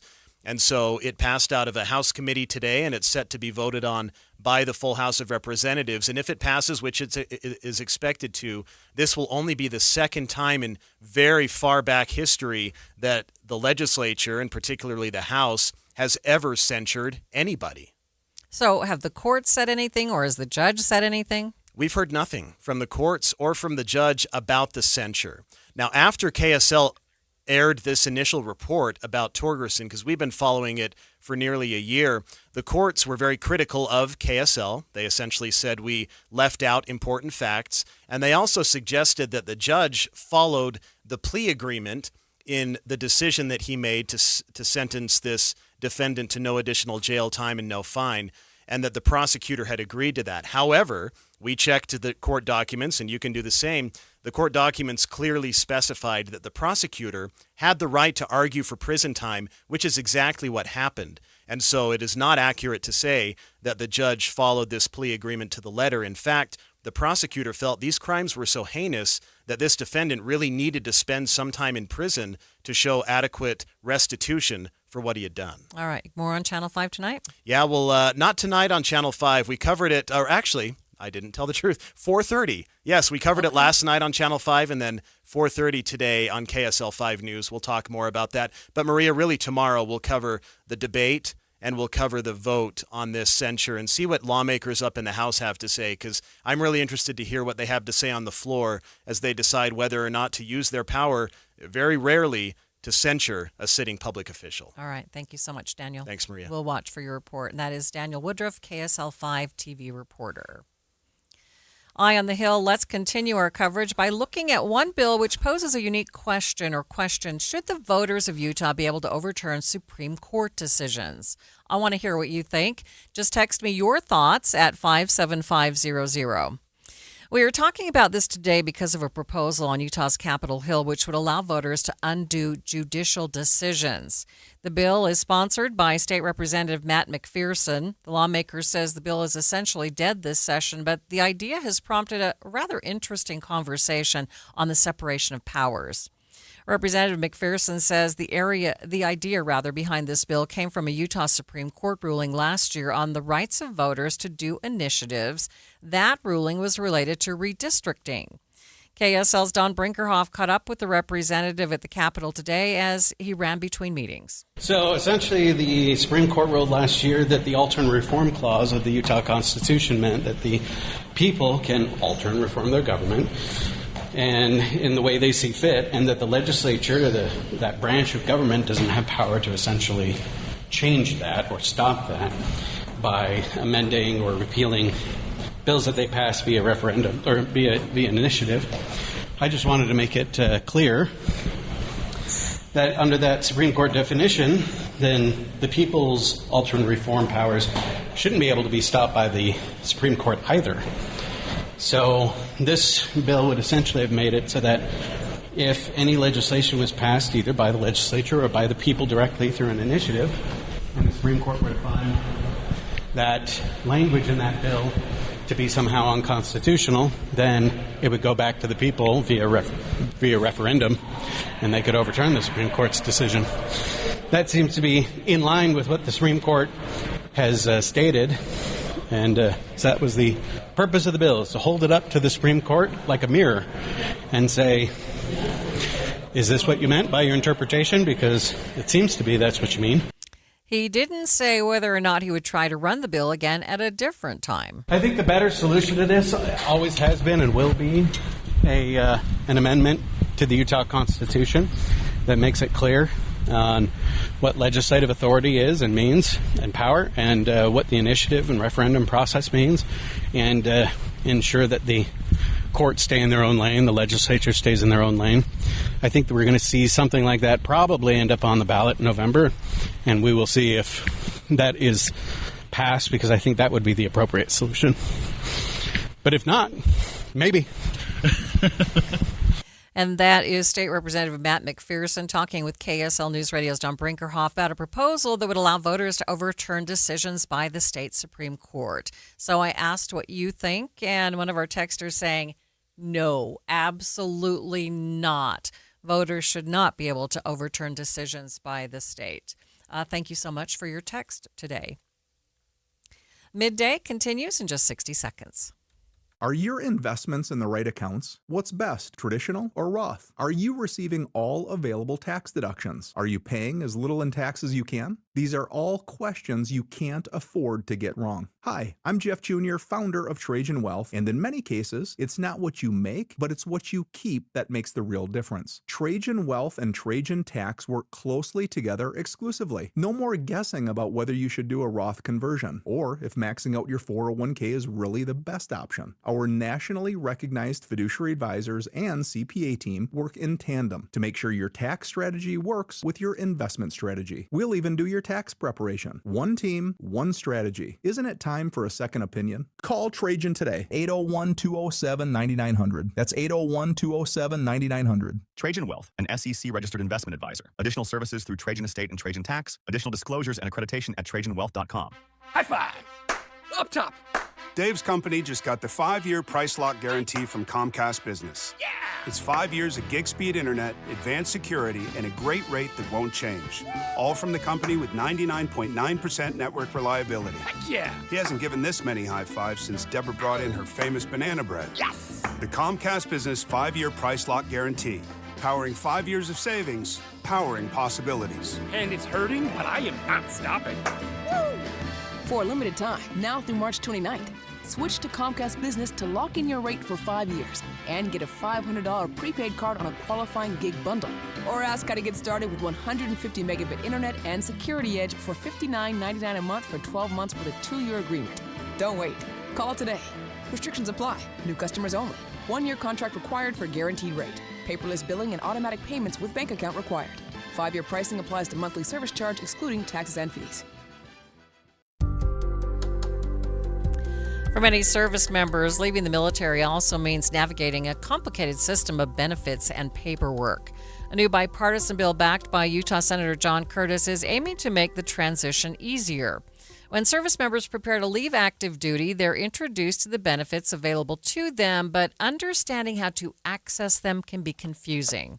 Former Utah Department of Veterans Affairs Director Terry Scow says the process itself can be difficult to navigate. What he's talking about in this legislation is making sure that service officers like myself and others are there to help these veterans apply for their VA benefits, because the way that that program works now, and I've been to these programs, they will talk about VA health benefits. They'll talk about filing for VA disability claims. They'll talk about how to get a job, how to write a resume, all those kind of things to help the veteran get ready to separate. They normally will do this, maybe 6 months or so before they get out, so that you start the process. And the VA has a program that if you file for a VA claim within 180 days of discharge, the process will be working. And then at your discharge, as soon as you get your 214, your VA benefits can start then rather than waiting 6 months after you get out. And so I'm a big fan of the TAP program, and I think anything we can do to help these veterans, because Title 38 of the U.S. Code, which is what involves the VA and VA benefits and healthcare and all that kind of stuff, is pretty involved. And so anything you can do to make life a little easier for these veterans, I'm all in favor of. Scow now volunteers as a service officer helping veterans file claims, and he tells KSL News Radio's Eric Cabrera this legislation would allow trained advocates to step in earlier. When I came back from Vietnam, they thanked me for my service and sent me home. No TAP briefing, there was no benefit thing, and so I had no clue about what benefits or I can enroll in VA healthcare, all that kind of stuff. And it's markedly better. I think because of some of the challenge they had with Vietnam vets when they came back, the VA is markedly better today at helping veterans learn about their benefits and the service organizations, because the DAV, the VFW, the American Legion, we all do this for free. But sadly, there are folks out there that want to charge veterans to apply for their benefits, and I'm not a fan of that. I believe you've already paid the price of admission by your service. You should not have to pay anyone, and that's the reason myself and many others, we all do this for free. We're honored to do it, but it's complex enough. I think it's helpful to be able to get them some help. He says the new legislation will simplify the process and reduce delays in care or compensation after a veteran is discharged. Should the skies clear tonight, you might get a special sight of a lunar eclipse. More on that coming up next. But first is traffic on KSL News Radio. It's brought to you by UCCU. Direct deposit gets you $300. Love where you bank. Here's Ricky Meese. Kind of nasty out there. The rain is definitely causing some issues right now. Your freeways are soaked and soggy. We do have a crash in Box Elder County, and this is going to be southbound I-15 near Willard Bay. You can expect to see those vehicles over to the right, but really not causing any kind of big backups. An accident eastbound I-80 near Bangerter Highway. That's caused some slowing. And with the rain coming down, expect slow spots possible either direction of I-15 between downtown and Sandy. Ricky Meeson, the KSL Traffic Center. What's up, everybody? I'm Mike Wilson with Any Hour Services, and if you have a drain that's clogged or backed up, after you've tried the plungers and products, the next step usually involves some kind of drain snake or cabling equipment. You see, sometimes the blockage is far enough down the line that you need special equipment that most homeowners just don't have. That's where the Drains Department at Any Hour Services can help. A drain snake can clear most blockages and get the water flowing again, and clearing blocked drains is what our Drains Department does day in and day out. So if you're a homeowner with a drain line that's clogged or backed up and you'd like one of our drain technicians to come and snake the line for you, it's only $29. Yep, you heard that right. Any Hour Services will snake any drain line with normal access for only $29. Sinks, showers, tubs, toilets, floor drains, laundry drains, even that sewer main line that connects to the city. We'll snake any line for just $29. For help with your drain issues, call Any Hour Services at 801-443-7700. You can Google Any Hour Services. You can even schedule online at anyhourservices.com. No one helps more homeowners than Any Hour Services. Some of the most meaningful jewelry you own isn't new. It's inherited. A ring from a grandmother. A necklace tucked away in a drawer. Pieces full of memories, but no longer your style. Duke's Jeweler specializes in reimagining family heirlooms into custom pieces you'll actually wear and love.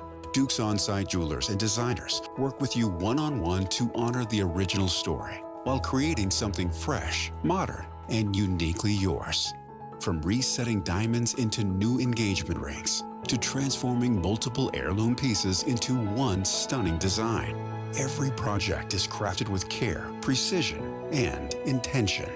Don't let meaningful jewelry sit unused. Let it live on beautifully. Visit Duke's Jewelers on Main Street in Springville or online at dukesjewelers.com. Duke's Jewelers, where old stories become new treasures. dukesjewelers.com. At KSL News Radio, we have a 30-year legacy of honoring Utah teachers, but we can't do it without your help. Please tell us about an important teacher in your life on the KSL Teacher Tribute Wall, presented by Cypress Credit Union. Each month, one lucky teacher wins a $500 gift card from Cypress Credit Union, a $250 gift card to Harmon's, plus season tickets to Hale Center Theater. Say thanks to your teacher today at kslnewsradio.com/teacher from Cypress Credit Union and KSL News Radio. Weekend escape to bucket list adventure. Plan your trip at the Sportsman's Expo.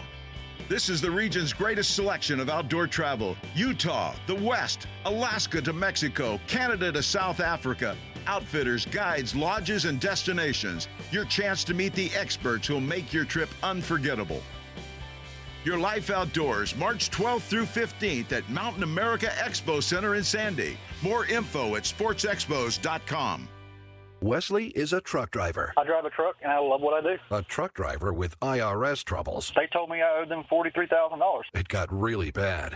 Quite a few letters in the mail. They were talking about wage garnishment, coming after my house, my car. Yeah, they don't play around. I seriously thought that I was going to lose everything. One sleepless night, Wesley finally made a call to Optima Tax Relief at 2 a.m. Kind of figured I'd get a machine, but I didn't. I actually got to talk to an actual person in the middle of the night. He found just what he was looking for. Oh, they were great people. You need a team of people that know what they're doing. Optima Tax, they know what they're doing. Optima Tax Relief came through with flying colors. I saved an incredible amount of money. Happy don't even come close. I was absolutely overjoyed. Take Wesley's advice. If you're in any kind of trouble with the IRS, call Optima Tax Relief. Don't trust anybody else. Call Optima for a free consultation. Call 800-343-6460. 800-343-6460. 800-343-6460. Optima Tax Relief. Some restrictions apply. For complete details, please visit OptimaTaxRelief.com. Trying to make sense of the markets? Looking to diversify out of all the craziness? Thinking about tangible assets like precious metals? Listen to The Gold Show with Kenny Michaels right here on KSL at 3 p.m. Sunday afternoons. Stay up to date on retirement trends, how the IRA rollover process works, and why investors are turning to physical gold. Kenny is a national talk show host with decades of experience in the markets. Tune in for Kenny's Insights and The Gold Show this Sunday afternoon at 3. This is Midday. I'm Maria Shilaos.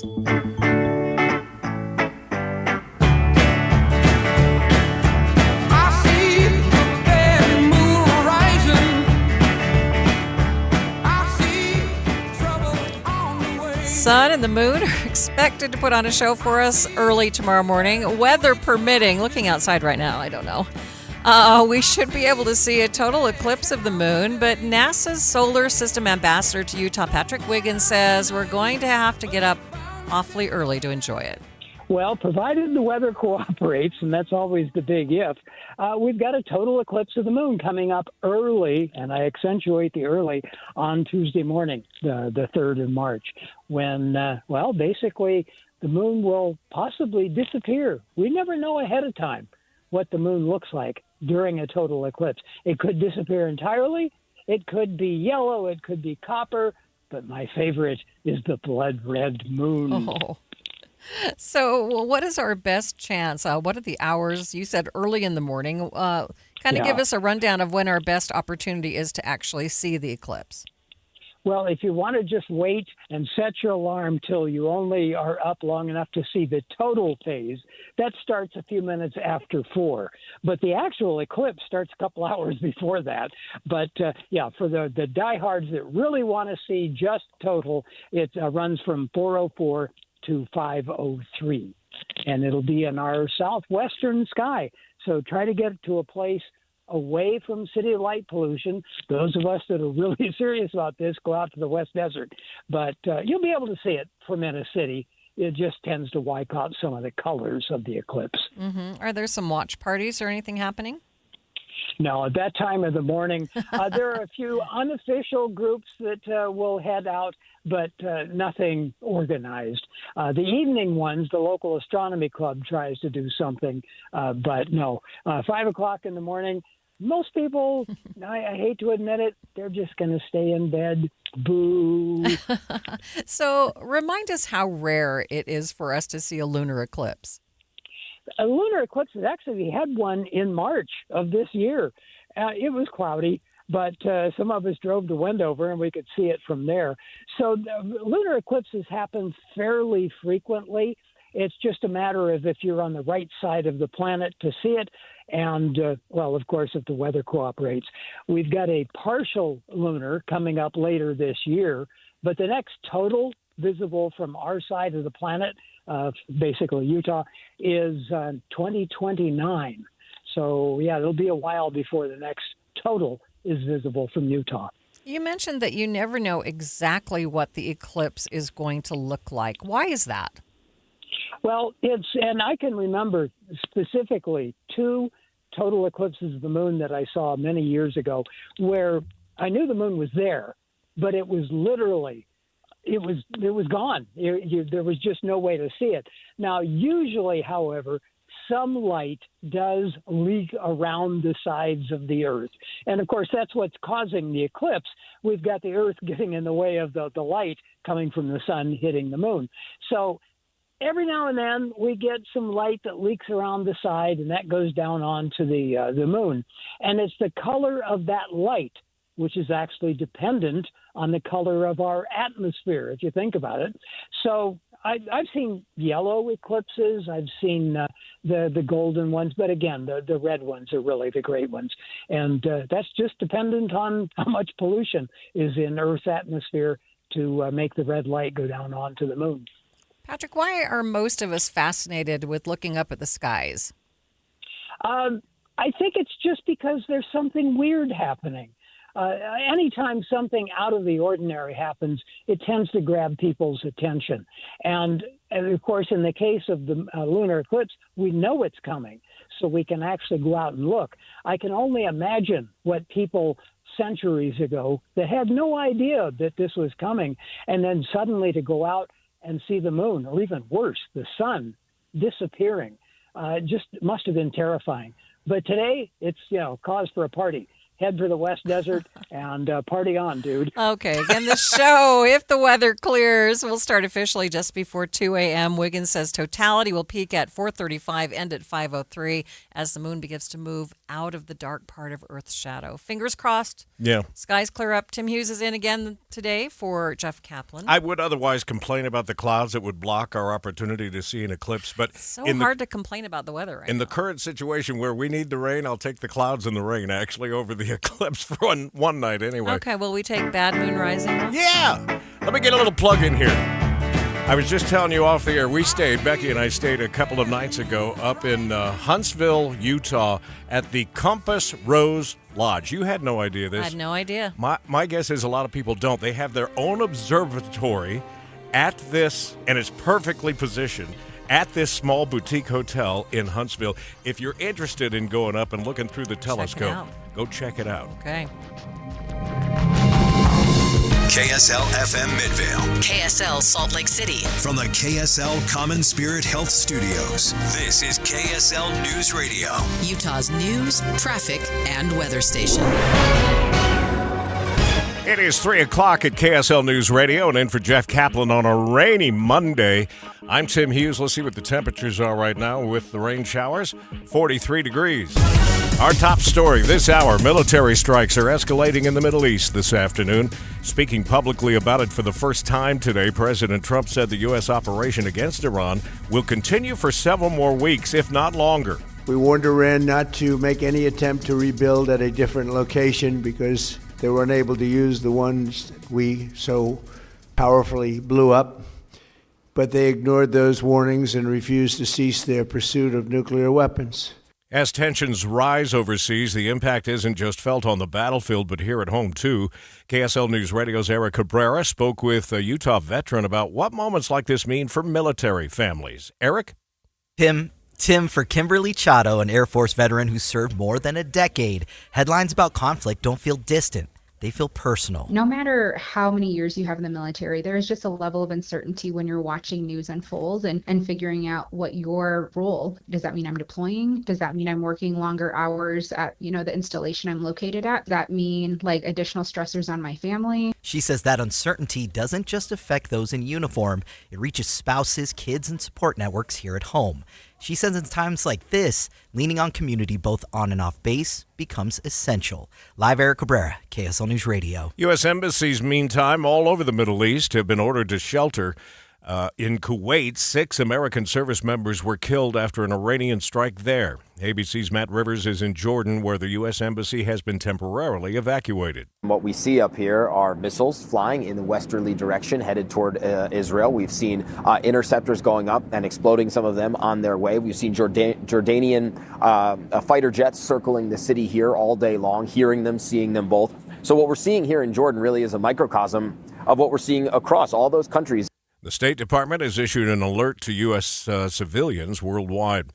Dr. Austin Nuppy, the director of the Utah State University's Harave Peace Institute, says The conflict in Iran has already escalated across the entire Middle East. Now you have not only a U.S.-Iran confrontation, it includes Israel and Lebanon and Jordan and the Persian Gulf states. So it's already escalated to include the region. The question is, how will the Americans and then the Iranian government proceed in order to control that escalation, outline some clear political goals that can resume negotiations, and actually tamp down violence? He says the goal of the operation is unclear right now, but in order to reach peace, both countries need to be able to articulate goals to allow both to save face without escalating violence. In Texas, authorities are investigating a shooting of an Austin bar as a possible act of terrorism.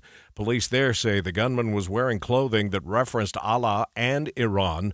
The FBI says it will take some time to confirm the motive. It's always very difficult to determine what's in an individual's mind that leads them to commit this type of violence. And so we will continue to, like I said, pour through the evidence. 3 people were killed in the attack, including the gunman. 14